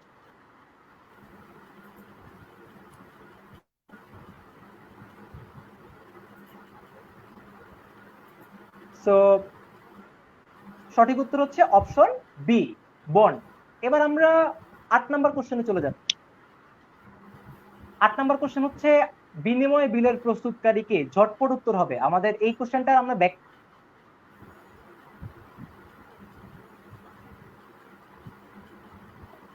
তোমরা সবাই উত্তর করতে থাকো। সো আমরা সঠিক উত্তরে চলে যাব। আমরা এর আগে জাস্ট একটা জিনিস বলে রাখি, বিনিময় বিল হচ্ছে একটা আলাদা টপিক, ব্যাংকিং বিমা থেকে এটা আসছে। সো আমরা ইনশাল্লাহ সেকেন্ড পেপার নিয়ে আরেকটা জিনিস নিয়ে চলে আসবো, আরেকটা ক্লাসে চলে আসবো। তো বিনিময় বিল এক ক্লাসে আমরা আসলে সবকিছু শিখতে পারবো না, এটাই স্বাভাবিক। 1 ঘন্টার ক্লাস, আমাদের অনেকগুলো প্রশ্ন ব্যাখ্যা করতে হবে। সো জাস্ট আমরা উত্তরটা জেনে নিব।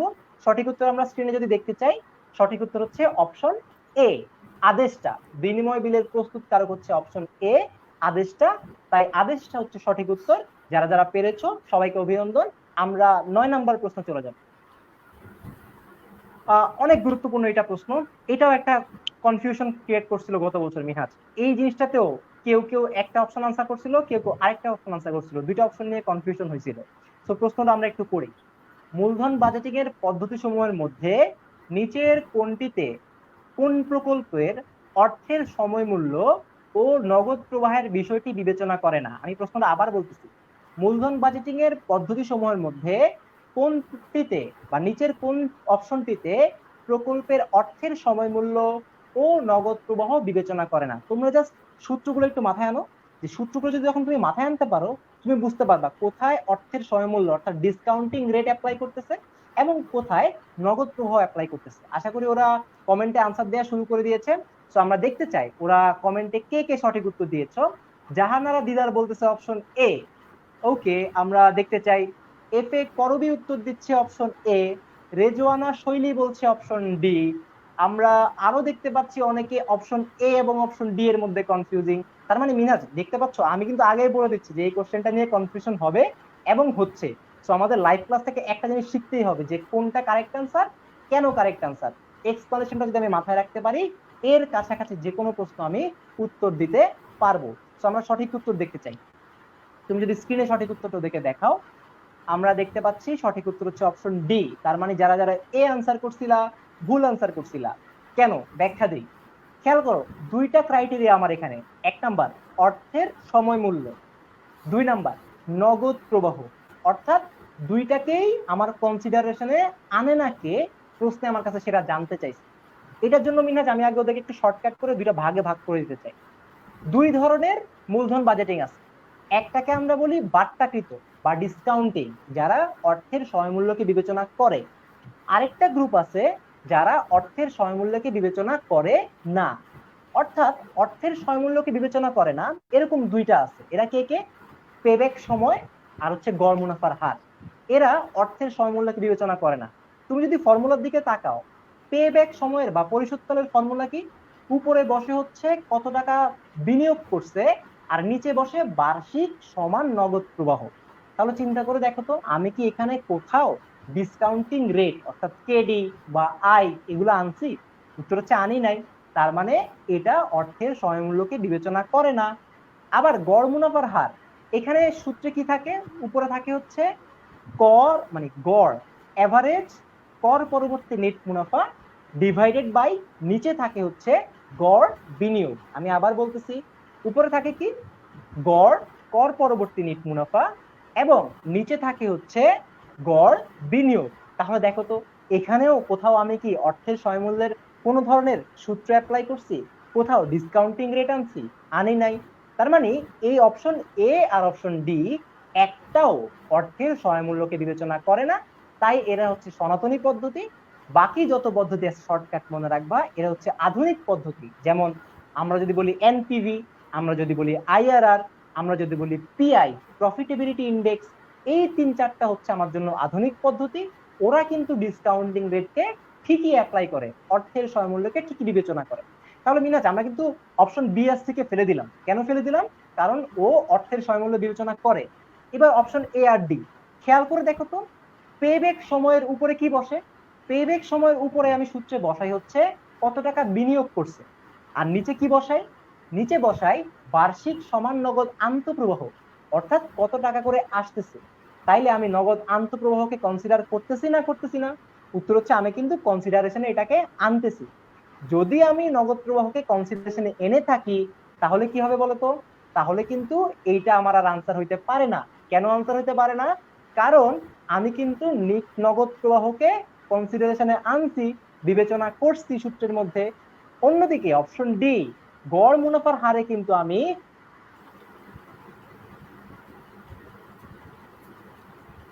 আনছি, নগদ প্রবাহ আনি নাই। তাই এটা আমার নগদ প্রবাহকে বিবেচনা করে না। তাই আমার কারেক্ট আনসার হচ্ছে অপশন ডি। আমি আবার রিপিট করতেছি সহজ করে। পেব্যাক সময় বা নগদ প্রবাহের পরিশোধকাল সেটা কি করে? সেটা কিন্তু আমার এই নগদ প্রবাহকে বিবেচনা করতেছে। কোন নগদ প্রবাহকে? পেব্যাক সময়ের মধ্যকার নগদ প্রবাহকে বিবেচনা করতেছে। বাইরের গুলো না করুক, কিন্তু ভিতরের গুলো তো অ্যাটলিস্ট করতেছে। অন্যদিকে গড় মুনাফার হার কিন্তু নগদ প্রবাহকে বিবেচনাই করতেছে না, ওর নিট মুনাফা নিয়ে চিন্তা ভাবনা করতেছে। তাই দুইটার একটাও কনসিডারেশনে না আনার কারণে গড় মুনাফার হার হচ্ছে সঠিক উত্তর। আমরা আশা করি এই ব্যাখ্যা শোনার পরে এই রিলেটেড প্রশ্নগুলো তোমাদের আর ব্যাখ্যায় সমস্যা হবে না। তাও ইন্টারনেট কানেকশনের কারণে কারো যদি বুঝতে সমস্যা হয়, চিন্তার কোনো কারণ নাই। আমাদের একটা প্ল্যাটফর্ম আছে মিনহাজ, প্ল্যাটফর্মের নাম কি? সেটা হচ্ছে আমাদের এডুকেশন এডুকেশন নামে, এবং ইউটিউব তোমরা চ্যানেল আছে, ইউটিউবে সবগুলো ক্লাস সবসময় পাবে, সংরক্ষিত থাকতে পারবে। তুমি বারবার চাইলে এই ব্যাখ্যার অংশটুকু টেনে দেখে বুঝতে পারবে ব্যাখ্যাটা আরেকবারের জন্য। আমরা পরের প্রশ্নে চলে যাবো মিনহাজ, 10 নম্বর।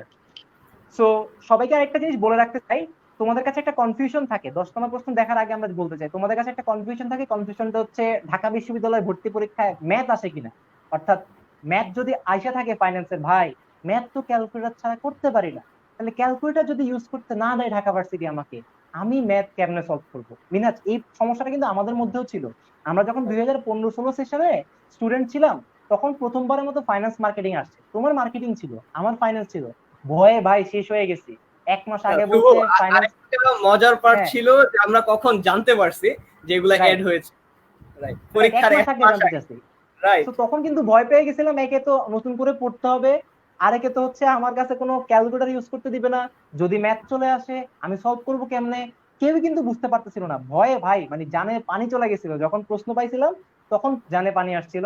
তো আজকে ওদের জানেও আমি পানি আনার চেষ্টা করব ইনশাল্লাহ। 10 নম্বর প্রশ্ন, আধুনিক অগ্নিবীমার জনক কে?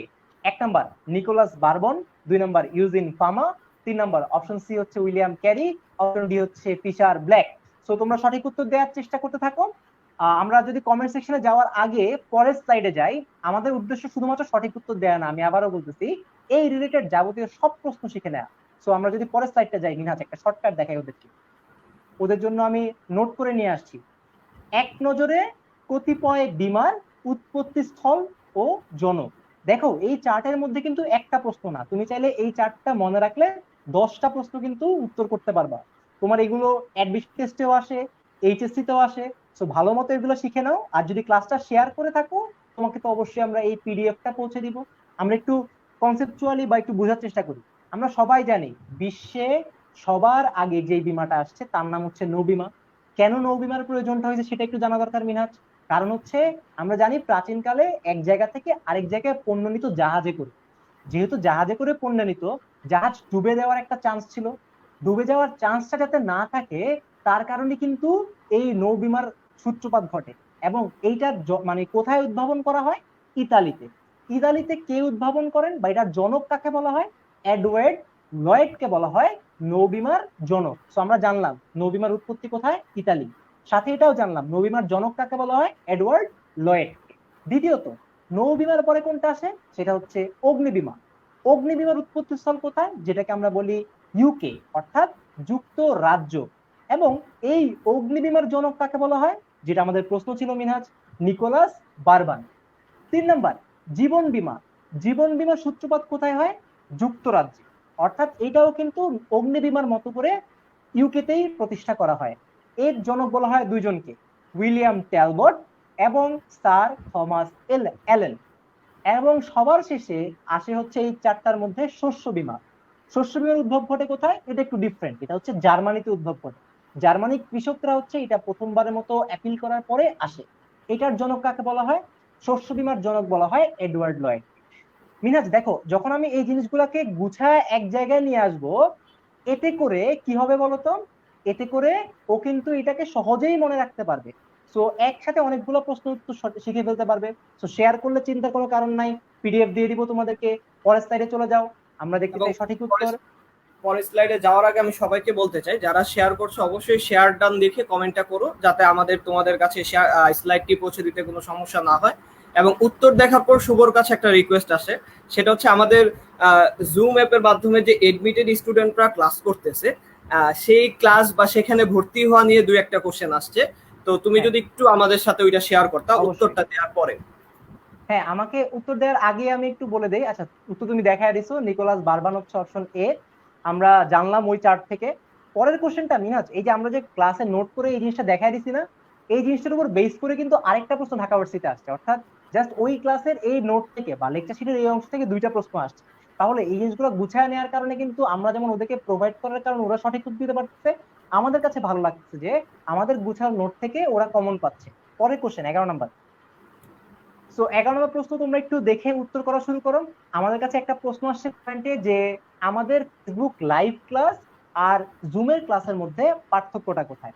সো আমি একটু ব্যাখ্যা দিই তোমাকে, তুমি একটু বোঝার চেষ্টা করো। ফেসবুক লাইভে আমরা 1 ঘন্টা ক্লাস নিই। স্বাভাবিকভাবে এই 1 ঘন্টা পাবলিক প্ল্যাটফর্মে ক্লাস নেই, এবং পাবলিক প্ল্যাটফর্মে সবার জন্য ক্লাস নিয়ে একটা গাইডলাইন দেওয়ার চেষ্টা করি, তাই না? তো এই ক্লাসটা হয় সপ্তাহে 2 দিন। একদিন হচ্ছে কি বার? একদিন হচ্ছে আমার মঙ্গলবার, আরেকদিন হচ্ছে আমার শুক্রবার, রাইট? আর অন্যদিকে আমাদের যে জুম ক্লাসটা রয়েছে, সেই জুম ক্লাসের মধ্যে আমরা সপ্তাহে 3 দিন ক্লাস নেই। এবং 3 দিন আমাদের তো অনেকগুলো ইউনিট রয়েছে মিনাস, তুমি জানো, B unit, D unit, C unit, তাই না? তো প্রত্যেকটা ইউনিটের আলাদা আলাদা ক্লাস হয়। প্রতি ক্লাসের ডিউরেশন হয় 1.5 ঘন্টা। চিন্তা করে দেখো মিনাজ, কেউ যদি আমাদেরকে লাইভে প্রশ্ন করতে চায় সরাসরি, আমরা কি ওদের প্রশ্নগুলো সরাসরি নিতে পারি? পারি না কিন্তু। আমরা কি ওদের কথাগুলো শুনতে পাই? পাই না কিন্তু। সেটা কিন্তু অনেক লিমিটেশন আছে।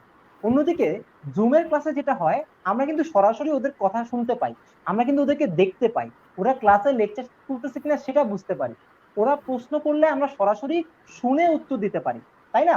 এবং আমাদের ক্লাসগুলো সেখানে আমরা অ্যানিমেশন শো করে একদম পিকচরিয়াল প্রেজেন্টেশনের মাধ্যমে অ্যানিমেশন দিয়ে স্লাইডের মাধ্যমে গুছায় তুলি। এতে করে যেটা হয়, জিনিসগুলো বুঝতে সুবিধা হয়। কিন্তু ফেসবুক লাইভে ফেসবুকের লিমিটেশনস এর কারণে আমরা কিন্তু অ্যানিমেশন গুলো চাইলেও দেখাইতে পারি না। আমাদের বাংলা ক্লাসে সাফন শ্রাবণ ভাইয়া জুমের মধ্যে যেভাবে অ্যানিমেশন দিয়ে দিয়ে সুন্দর করে বুঝাইছিল, আমার কাছে মনে হয়েছে এই জিনিসগুলো কলেজ লেভেলেও আসা উচিত। কিন্তু ফেসবুক লাইভের লিমিটেশনস এর কারণে আমরা কিন্তু সেটা আনতে পারি না। তো এগুলো আমাদের ভর্তিকৃত স্টুডেন্টদেরকে আমরা আলাদা করে জুম প্ল্যাটফর্মের মাধ্যমে তুলে নেওয়ার চেষ্টা করি। এই হচ্ছে দুইটা প্ল্যাটফর্মের মধ্যে পার্থক্য। এবং জুমের ক্লাসটা শুধুমাত্র ভর্তিকৃত স্টুডেন্টদের জন্য স্বাভাবিক, ওরা ভাই টাকা দিছে, ওরা যেহেতু আমাদেরকে টাকা দিছে, আমাদের ওদের প্রতি অবশ্যই রেসপন্সিবিলিটি বেশি, ওদেরকে একটু বেশি টেক কেয়ার করতে হবে, পরীক্ষা টরীক্ষা নিতে হবে। ফেসবুকে চাইলেও ভাই আমরা পরীক্ষা নিতে পারি না, ওপেন প্ল্যাটফর্মে এইভাবে সবার কাছে কেমনে পরীক্ষা নিই? তাও তো হচ্ছে আমরা চেষ্টা করি প্রতিদিন সন্ধ্যা 7টায় লুমিনাস এডুকেশন নামে আমাদের যে প্ল্যাটফর্ম রয়েছে সেখানে কিন্তু আমরা প্রতিদিন কুইজ দিয়ে থাকি। তো সেখানে চাইলে ওরা কিন্তু কুইজে অংশগ্রহণ করতে পারে, নিজের প্রস্তুতি যাচাই করতে পারে। এছাড়াও মিনহাজ, ওদের সুবিধার্থে কিন্তু আমরা করোনা পরিস্থিতি আমরা জানি সবারই কিন্তু একটা অর্থনৈতিক মন্দা যাচ্ছে। তো আমরা কিন্তু পুরোপুরি 17,900 টাকা সি ইউনিটের কোর্স ফি বা ডি ইউনিট এবং বি ইউনিটে 14,900 টাকা নিচ্ছি না, অনলাইন অ্যাডমিশনে ওদের জন্য 5,000 টাকা ছাড় দিচ্ছি। এছাড়াও আরেকটা সুযোগ দিচ্ছি, ওরা যদি অ্যাডমিটেড হয় জুমের মাধ্যমে, ওরা জাস্ট নামমাত্র একটা অংশ প্রায় মিনিমাম 2,000 টাকা দিয়ে ওরা এনরোল করতে পারে। এইচএসসির পরে বা পরবর্তীতে বাকি টাকাটা দিয়ে কিন্তু আমার সাথে যুক্ত হতে পারে। সো আশা করি আমি দুইটার পার্থক্য বুঝাইতে পারছি। সঠিক উত্তরে চলে যাই, এটা সবাই পারে, সেটা ব্যাখ্যার কিছু নাই। সঠিক উত্তর হচ্ছে ইতালি। সো আমরা আগের স্লাইডে দেখতে পেয়েছি, আমরা সর্বশেষ প্রশ্ন চলে যাব 12 নম্বর। নিচের কোনটি জীবন বীমার ক্ষেত্রে প্রযোজ্য নয়? দ্রুত আনসার করো। A, B, C, D. Option A হচ্ছে ক্ষতিপূরণের চুক্তি, অপশন বি সমর্পণ মূল্য, অপশন সি হচ্ছে বীমাযোগ্য স্বার্থ, অপশন ডি চূড়ান্ত সদ্বিশ্বাস। ওরা উত্তর দিতে দিতে মিনহাজ আমরা একটু ব্যাখ্যা শুরু করি, তুমি ওরা উত্তর করলে আমাদেরকে দেখাও, হ্যাঁ? সো অপশন এ ক্ষতিপূরণের চুক্তি। আমরা জানি যে বীমার ক্ষেত্রে বীমা দুই ধরনের চুক্তি হইতে পারে, হইতে পারে নিশ্চয়তার চুক্তি, হইতে পারে ক্ষতিপূরণের চুক্তি, রাইট? আর এইখানে আমাকে বলছে জীবন বীমা।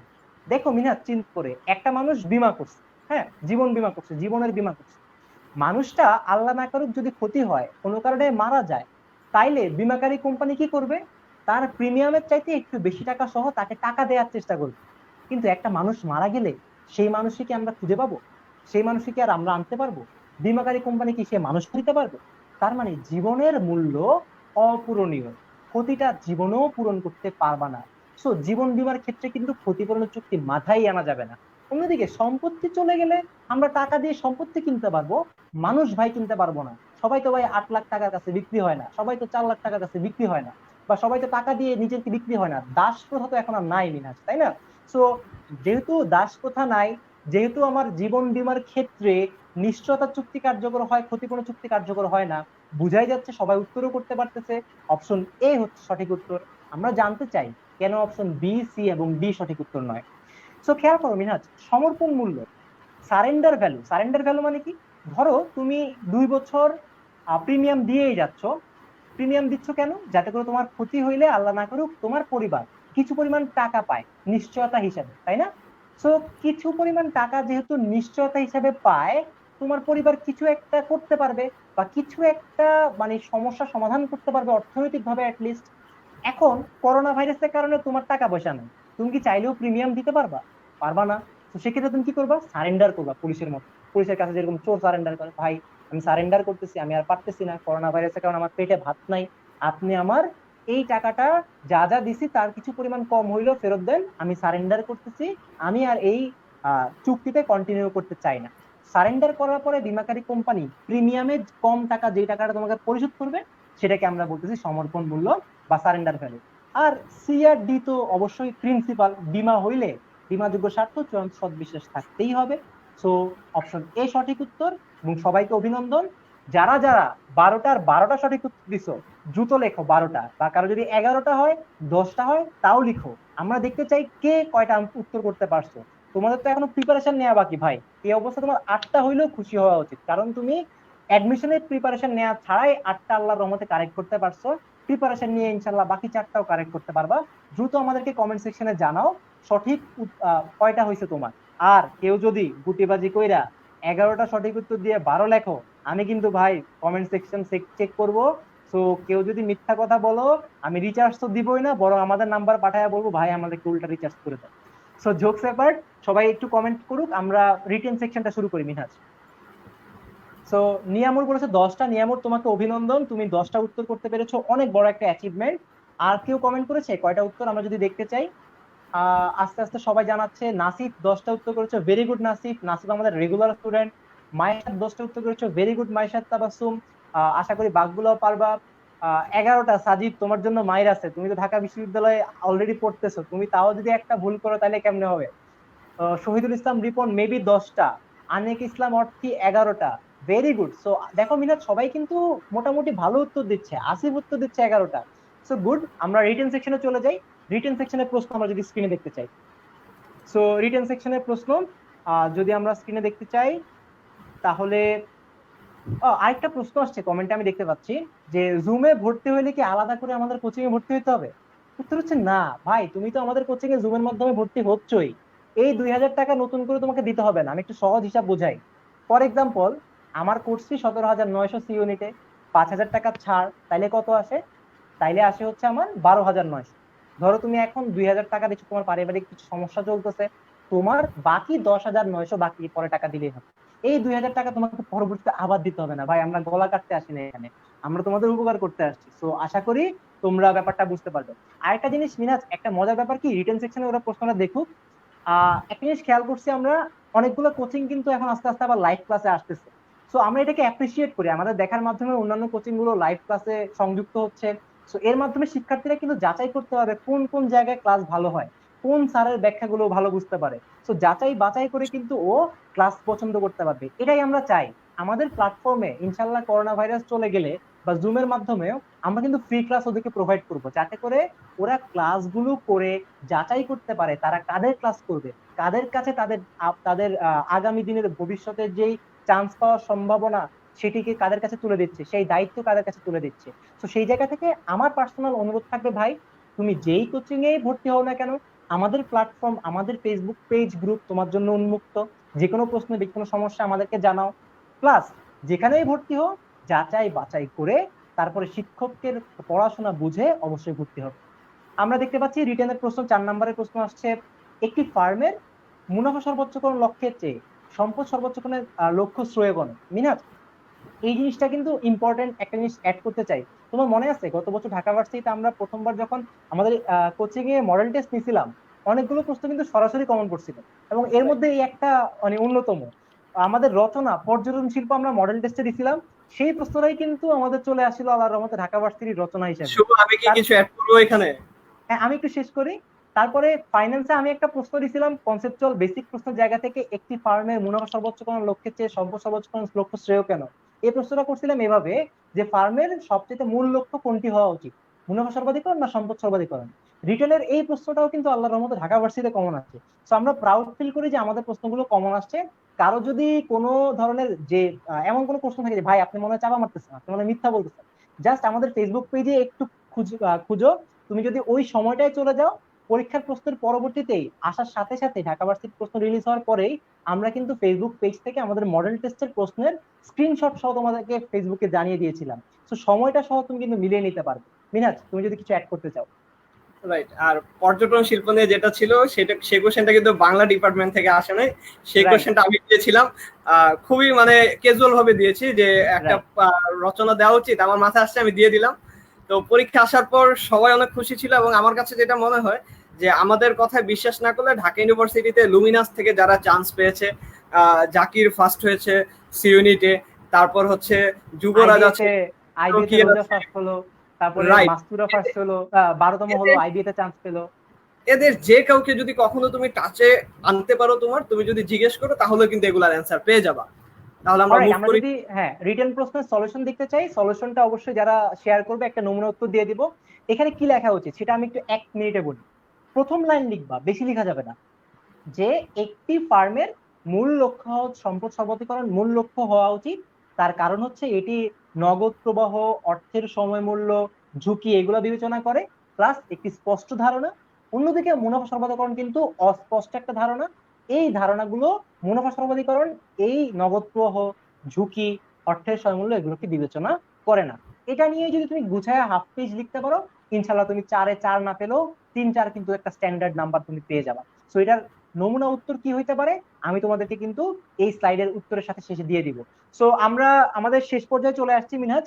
সো ওদের যে কোনো প্রশ্ন ঢাকা বিশ্ববিদ্যালয়ের ফিনান্স রিলেটেড বা অন্য ফিনান্স রিলেটেড যে কোনো প্রশ্ন ওরা আমাদেরকে যদি কমেন্টে জানায়, আমি রেডি প্রশ্ন উত্তর করার জন্য।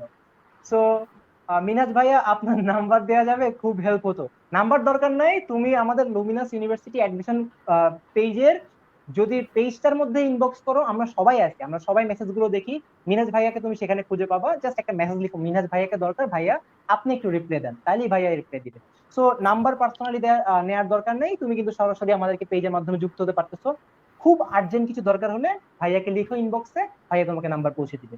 মিনাজ, আমরা যদি থ্যাংক ইউ স্লাইডে চলে গিয়ে আমরা স্ক্রিনটাকে সোজা করে ফেলি, আমরা এফএকিউ অর্থাৎ ফ্রিকুয়েন্টলি আস্কড কোশ্চেনে চলে যেতে চাই। সো স্ক্রিন শেয়ারটা যদি একটু রিমুভ করে দেই, আমরা যদি স্ক্রিনটা ঠিকঠাক করে ফেলি, তুমি যদি ওদের হয়ে আমাকে কোনো প্রশ্ন করতে চাও ফিনান্স রাইট, আমার কাছে যেটা এসেছে যে সবচেয়ে বেশি কমন কতগুলো কোশ্চেন আছে যে ফিনান্স রিলেটেড, এই কোশ্চেনগুলা সবসময় ছিল সবার মাঝে। তো আজকের প্ল্যাটফর্মে আমি চাই যে আজকে সংক্ষিপ্তভাবে আমরা একটু তাদের সামনে তুলে ধরি যে আসলে এই জিনিসগুলো।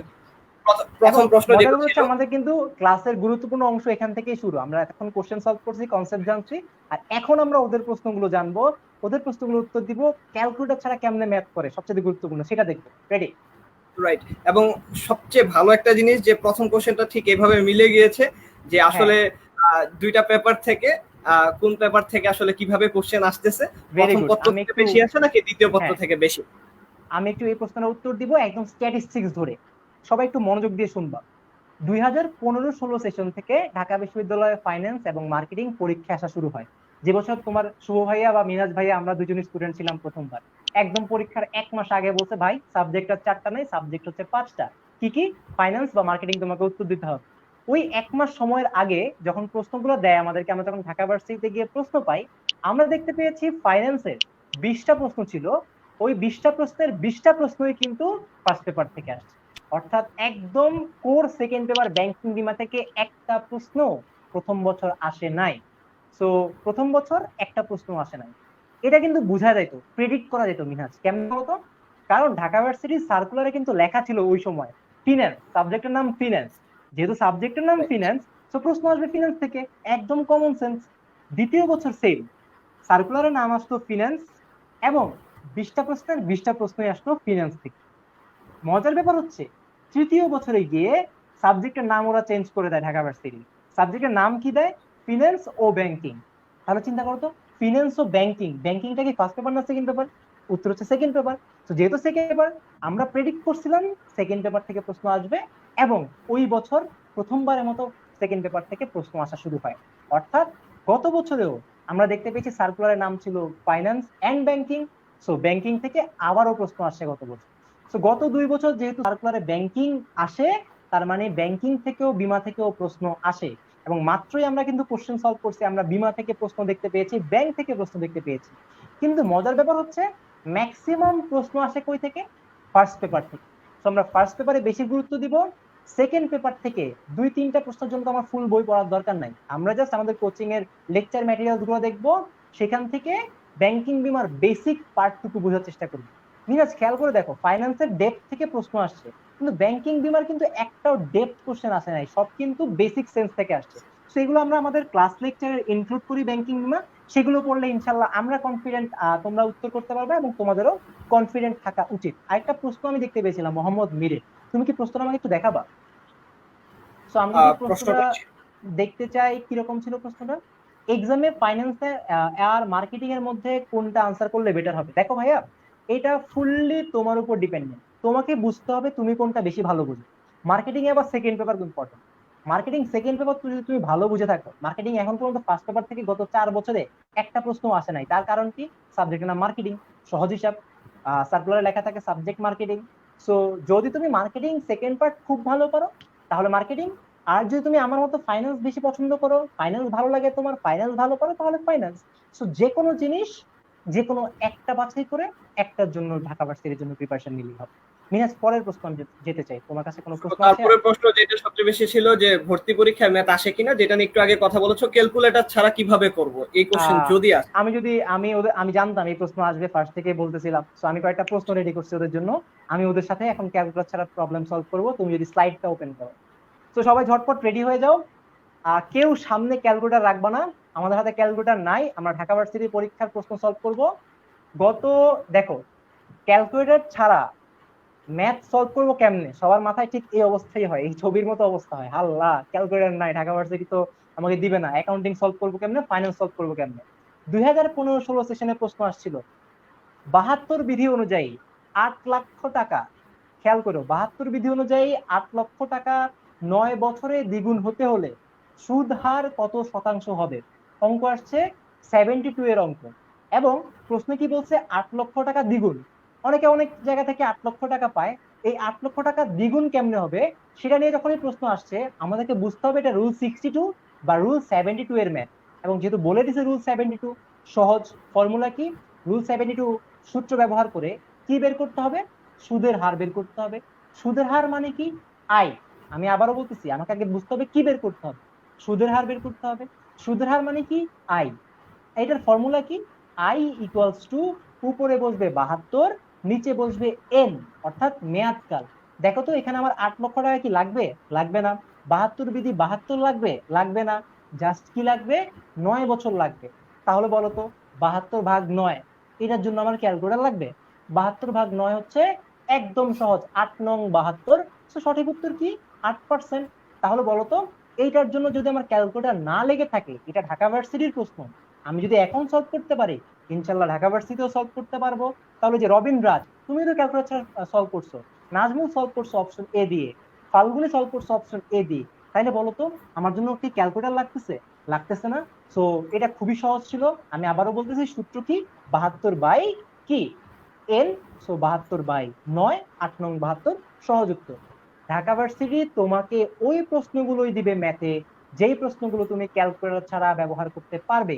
কারণ ঢাকা ভার্সিটির টিচাররাও জানে তুমি কোনো মানে মহাভারত অশুদ্ধ করা ম্যাথমেটিশিয়ান না, তুমি কোনোভাবেই বাইরের কোনো জায়গা থেকে ম্যাথমেটিক্সের উপর ডিগ্রি করে আসো নাই, তুমি একজন এইচএসসি লেভেলের স্টুডেন্ট, তোমার কাছে ক্যালকুলেটর নাই। সো ওরা অবশ্যই এমন প্রশ্নই দিবে যেই প্রশ্ন তুমি ক্যালকুলেটর ছাড়া সলভ করতে পারবে। সো আমি একটু গুরুত্বপূর্ণ থেকে সাজেশন দিয়ে দিই কোন কোন প্রশ্নগুলো আসতে পারে। Present value future value calculation একটা শর্টকাট আছে, আমি ক্লাসে পড়াই সবসময়, সো এটা নিয়ে ইনশাআল্লাহ আরেকদিন আসবো, সেখান থেকে আসতে পারে। রুল 72 রুল 69 থেকে আসতে পারে। তাছাড়া আমার চক্রবৃদ্ধির সংখ্যা এম এর মান ব্যবহার করা আসতে পারে চ্যাপ্টার 3 থেকে। চ্যাপ্টার 4 থেকে ব্রেক ইভেন পয়েন্টের ম্যাথ আসতে পারে। এছাড়াও চ্যাপ্টার 5 এর ছোট ছোট কিছু ফর্মুলা আছে সেখান থেকে আসতে পারে। চ্যাপ্টার 6 থেকে ক্যালকুলেটর ছাড়া ম্যাথ যেহেতু করা যায় না, আসার চান্স কম, বাট আমার মূলধন ব্যয় থেকে ডব্লিউসিসি ক্যালকুলেশন কিন্তু চ্যাপ্টার ক্যালকুলেট ছাড়া করা যায়। এই ডব্লিউসিসি কেমনে ক্যালকুলেট ছাড়া করা যায় সেটাও একটা টেকনিক আছে, আমরা সেগুলো নিয়ে ডিসকাস করার চেষ্টা করব, সেটাও পরীক্ষায় আসতে পারে। আবার তোমার পেব্যাক পিরিয়ড অর্থাৎ পরিশোধকাল নির্ণয় সেটাও ক্যালকুলেট ছাড়া আসতে পারে, সেগুলো সলভ করা যায়। সেগুলো শর্টকাটও আমরা দেখাবো আরেকদিন আরেকটা ক্লাসে, চ্যাপ্টার বাই চ্যাপ্টার চেষ্টা করব, বা আমাদের জুম ক্লাসের মধ্যে আমরা আমাদের শিক্ষার্থীদেরকে পড়ানোর চেষ্টা করব। আমরা যদি পরের আরেকটা প্রশ্ন দেখি, টোটাল 3টা প্রশ্ন আসছিল বিগত 3 বছরে ঢাকা ভার্সিটিতে ম্যাথ ফিনান্স থেকে। প্রশ্নটা কি ছিল, একটি প্রকল্পে 9 লাখ টাকা বিনিয়োগ করে কর পরবর্তী নিট মুনাফা 1,32,500 টাকা পাওয়া যায়, এবং প্রকল্পের স্থায়ী সম্পত্তির মোট অবচয় 4,66,200 টাকা। প্রকল্পটির নগদ আন্তঃপ্রবাহ কত। ক্যালকুলেটর আমার হাতে নাই, আমি প্রশ্নটা আবার পড়তেছি। আগে আমাকে বুঝতে হবে কি বের করতে হবে, এটা আগে আমার জানতে হবে। তাহলে প্রশ্ন দেখে আমি বুঝতে পারছি লাস্ট পার্টে বলা আছে প্রকল্পটির নগদ আন্তঃপ্রবাহ বের করতে হবে। মিনহাজ তুমিও তো জানো অ্যাকাউন্টিং এ যখন বড় বড় ম্যাথের প্রশ্ন আসে ছেলেমেয়েরা ভয় পেয়ে যায়। তাহলে এটার জন্য তুমি কি পরামর্শ দাও, যে লাস্ট পার্টটা আগে পড়ো ভাইয়া, লাস্ট পার্টটা পড়ে বোঝার চেষ্টা করো কি বের করতে হবে। এখানেও আমি কিন্তু বের করে ফেললাম কি বের করতে হবে, নগদ আন্তঃপ্রবাহ কত। তারপরে আমাকে জানতে হবে নগদ আন্তঃপ্রবাহের ফর্মুলা কি, তারপরে দেখতে হবে কি কি জিনিস দেয়া আছে, আমার অঙ্ক শেষ। সো আমি একটু জানতে চাই কে কে সঠিক উত্তর দিয়েছো অপশনে ABCD। সো আমি যদি মিনা যদি কমেন্ট গুলো দেখতে চাই, তুমি যদি আমাদেরকে দেখাও কেউ কি গেস করতে পারছে কিনা। এটাও ক্লাস থেকে সরাসরি কমেন্ট করছিল। সুমন দাস অপশন এ বলতেছে, আচ্ছা আমরা দেখবো অপশন এ কিনা। আমাদেরকে আরো অনেকে উত্তর দিচ্ছ, আমরা পরে স্লাইডে চলে যাব। নাজমুল বলছে অপশন ডি। সো দেখাই যাচ্ছে অনেকের মধ্যে এখনো কনফিউশন আছে। মিনাজ পরের স্লাইডে 1 মিনিট অপেক্ষা। দেখো ফর্মুলা, সূত্র আমাকে আগে জানতে হবে। সূত্র কি, নগদ আন্তঃপ্রবাহ সমান সমান হচ্ছে কর পরবর্তী নিট মুনাফা প্লাস অবচয়। আমি আবার বলতেছি, ফর্মুলা মুখস্থ করলে অঙ্ক শেষ।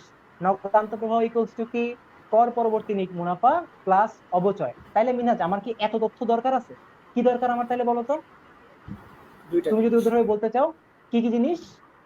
কর পরবর্তী নিট মুনাফা প্লাস প্লাস, অবচয়, এই রাইট, দুইটা জিনিস। এই দুটা জিনিস। তো আমি যদি খুঁজে বের করার চেষ্টা করি, কর পরবর্তী নিট মুনাফা দিচ্ছে 1,32,500, আর অবচয় দিয়ে দিছে কত? আগে ওই স্লাইডেই প্রশ্ন আছে, তুমি যদি ওই স্লাইডে চলে যাও, অবচয় দিয়ে দিছে 4,66,200। আমি যদি 1,32,500 আর 4,66,200 যোগ করি, কাজ শেষ। তো আমি যদি পরের স্লাইডটা দেখি, জাস্ট অঙ্কটা ফর্মুলার মধ্যে মান বসানো, তোমরা দেখতে পাচ্ছ সঠিক উত্তর হচ্ছে 5,98,700। সো কারেক্ট আনসার হচ্ছে অপশন এ। কঠিন কিছু কিন্তু না, মাথা ঠান্ডা রাখতে হয় পরীক্ষার হলে, তাইলেই হয়ে যায়। পরের প্রশ্ন, লাস্ট ম্যাথ। এই প্রশ্নটা মিনহাজ অনেকেই আনসার করতে পারে নাই, কারণ ম্যাথ দেখে ভয় পেয়ে গেছিল যে পার্সেন্টেজের ম্যাথ, আল্লাহ আমি কি করবো, 2016-17 সেশনে পোলাপানে কান্নাকাটি ছিল। বাট যারা কিন্তু ক্লাসগুলো রেগুলার করছিল আমাদের, বা যারা কিন্তু ওই ক্লাসে শর্টকাট গুলো মাথায় রাখার চেষ্টা করছিল, তারা কিন্তু পারছে। প্রশ্নটা আমরা পড়ি, একটি সঞ্চয় হিসাবে সুদের হার 4%, তাহলে আমাকে আয়ের হার কত দিছে? 4%।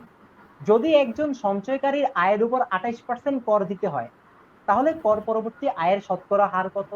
Option A, B, C, D, তিনটা প্রশ্ন দিয়েছিল। তানভীর আমাদের সাথে যুক্ত হয়েছে, তানভীর আমাদের পরিচালক, তানভীর উত্তর দিয়েছে এটা পারছিলাম। ইয়েস, হ্যাঁ, তানভীর অনেক ব্রিলিয়ান্ট একটা ছেলে। তানভীর আমাদের সবারই প্রিয় একজন ছোট ভাই। আমাদের ঢাকা বিশ্ববিদ্যালয়ের আইবি তে পড়াশোনা করতেছে, আমাদের আরেকজন পরিচালক, তোমাদের ইংরেজি ক্লাস নেয়। আগামী শুক্রবার কিন্তু তোমাদের আরেকটা স্পেশাল লাইভ সেশন আছে, ওই ইংরেজি ক্লাসে তানভীর কিন্তু তোমাদের ডি ইউনিট নিয়ে কোশ্চেন সলভ করা দেখাবে। তানভীর কিন্তু কোশ্চেনটা ওর সময় উত্তর করতে পারছিল।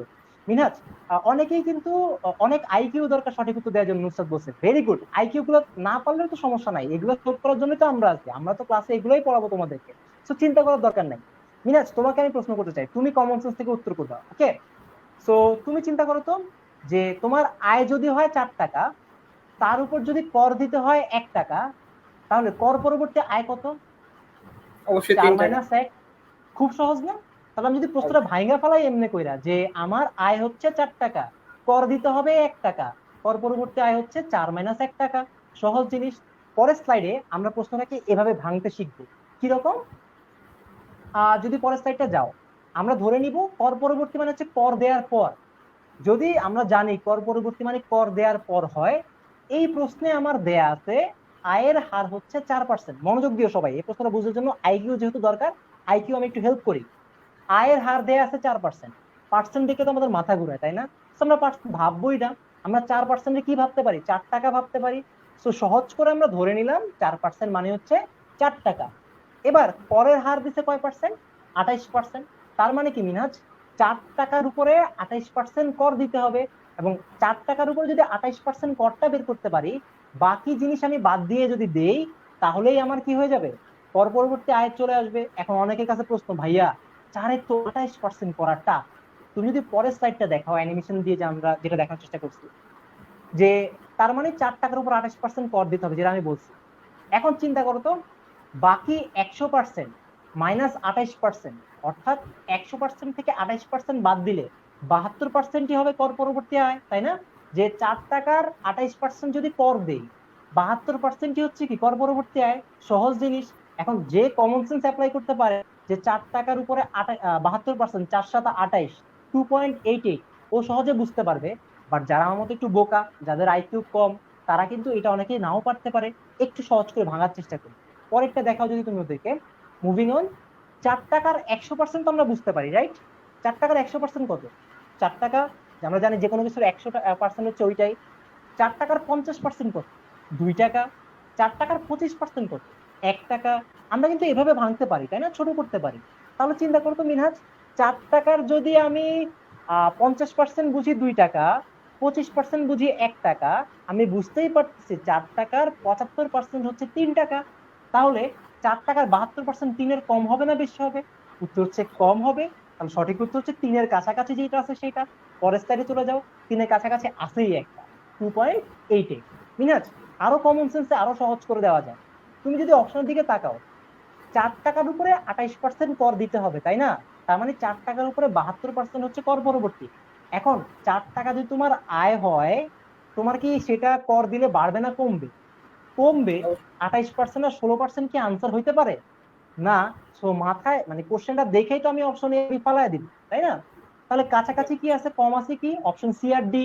এখন আমরা জানি যে 4 টাকার 72% তো অবশ্যই 1 হবে না, কি হবে? 3-এর কাছাকাছি হবে, 2-এর বেশি হবে, আছেই একটা অপশন ডি। সো 2.88। এইভাবে সহজ করে ভাবলে, যে যার মতো করে ভাবতে পারো, আইকিউ ব্যবহার করলে ক্যালকুলেটর ছাড়া ম্যাথ সলভ করা সম্ভব, যেটা আমরা প্রমাণ করে দেখালাম এই ক্লাসে। সো এই হচ্ছে আমাদের ম্যাথ রিলেটেড আলোচনা। আমরা এই ম্যাথের ব্যাখ্যা সহ তোমাদেরকে এই সাইটটা প্রোভাইড করবো। সো যারা যারা শেয়ার করছো অবশ্যই পেয়ে যাবা। আমরা যদি আমাদের স্ক্রিন শেয়ারটা বন্ধ করে ওদের কিছু প্রশ্ন নেই, তাহলে আমরা আমাদের ক্লাসের শেষ পর্যায়ে চলে আসছি। আমাদের প্রশ্নগুলো একটু জানতে চাই। আচ্ছা, আরেকটা আরেকটা জিনিস, বিষয় ছিল। একজন, হ্যাঁ একটু আমি ইন্টারাপ্ট করি। একজন আমাদেরকে বলেছে যে ও হচ্ছে ওর স্লাইডটা শেয়ার করার পরেও পায়নি। এরকম প্রবলেম গুলো কেন হয়, যে ক্লাসগুলোতে শেয়ার করতেছি বাট স্লাইড পাচ্ছি না? তার কারণ হচ্ছে, ধরো তুমি তোমার ফ্রেন্ড লিস্ট থেকে ফ্রেন্ডলি মানে ফ্রেন্ডস প্রাইভেসি বা অনলি মি প্রাইভেসিতে তুমি যদি এটা শেয়ার করো, তাহলে আমরা দেখতে পাবো না। তুমি যদি পাবলিক প্রাইভেসি দিয়ে শেয়ার করো, আমরা দেখতে পাবো, আমরা দিতে পারি। তাও যদি কোনো কারণে মিস হয়ে যায়, জাস্ট তোমার ওই শেয়ার করার জায়গাটা স্ক্রিনশট নিয়ে আমাদের পেজের ইনবক্সে দাও, ভাইয়া আমি শেয়ার করেছিলাম, স্লাইডটি পাইনি, প্লিজ আমাকে স্লাইডটি দেন। আমি অবশ্যই আমরা তোমাদেরকে স্লাইডটি দিয়ে দিই। প্রশ্ন মিনহাজ। আহ, খুবই কমন কোশ্চেন যে অনেকে দেখা যায় যে অনেক বড় বড় প্ল্যাটফর্মে, অনেক বড় বড় প্ল্যাটফর্ম বলতে অনেক দিন যে প্ল্যাটফর্ম গুলো আছে, এই প্ল্যাটফর্ম গুলো ভর্তি হয়, ভর্তি হওয়ার পর একটা কমন বিষয় থাকে, ফিনান্সে লেকচারটা 2-1টা ক্লাসের পর শেষ করে না টিচাররা, এবং এরকম থাকে ফিনান্স অ্যাকাউন্টিং মিশ্রিত একটা প্যাকেজ, টিচাররা আলাদা বলে প্রাইভেট করতে, ক্লাসে 2 ঘন্টায় সম্ভব না। স্পেশাল কেয়ার, তো ক্লাসে 2 ঘন্টায় সম্ভব না। তো আমার কোশ্চেন, তমুকের স্পেশাল কেয়ার থাকতেই পারে, সবকিছু বাদ আমি তোমার জায়গা থেকে তোমাকে একটা কোশ্চেন করি, যেটাই বেশি আসে, যে ভাই ফিনান্সের লেকচারটাকে 2 ঘন্টায় শেষ করা সম্ভব না, এমন কি? এটার জন্য একটু কনটেক্সট জানা দরকার মিনহাজ। আমরা আগে তো একটা কোচিং এর সাথে সবাই সম্পৃক্ত ছিলাম, আমরা ক্লাস নিতাম, তাই না? তো আমরা দেখতে পেয়েছি সেই কোচিং থেকে শুরু করে ঢাকা বাংলাদেশের অলমোস্ট সবগুলো কোচিং, 2-1টা কোচিং ছাড়া সবাই কি করতো, সপ্তাহে 5 সাবজেক্টের 4টা ক্লাস দিত।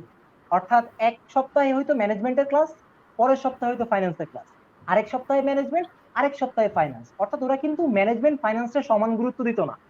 এখন চিন্তা করে দেখো তো, 2টা সাবজেক্টে মান কি সমান না? 2টা সাবজেক্টে 19-19 আসে, অ্যাকাউন্টিং এও 19 আসে। তুমি যদি অ্যাকাউন্টিং এর 19-এর জন্য সপ্তাহে একটা ক্লাস রিজার্ভ করে থাকো, ফাইন্যান্সের 19-এর জন্য একটা ক্লাস দেওয়া উচিত, ম্যানেজমেন্টের 19-এর জন্য একটা ক্লাস দেওয়া উচিত। তার মানে প্রতি সাবজেক্টের সপ্তাহে কিন্তু একটা ক্লাস হওয়া উচিত। যে কারণে আমরা আগের কোচিং থেকে অনেক আইডিওলজির মিল না থাকার কারণে নিজেদের একটা প্ল্যাটফর্ম নিয়ে আসি লুমিনাস নামে। আমরা চাই প্রত্যেক সাবজেক্টকে সমান গুরুত্ব দিতে, ক্লাসের পড়া একটু ক্লাসেই শেষ করতে, এবং ক্লাসে লেকচার গুলো শেষ করতে, তাই না?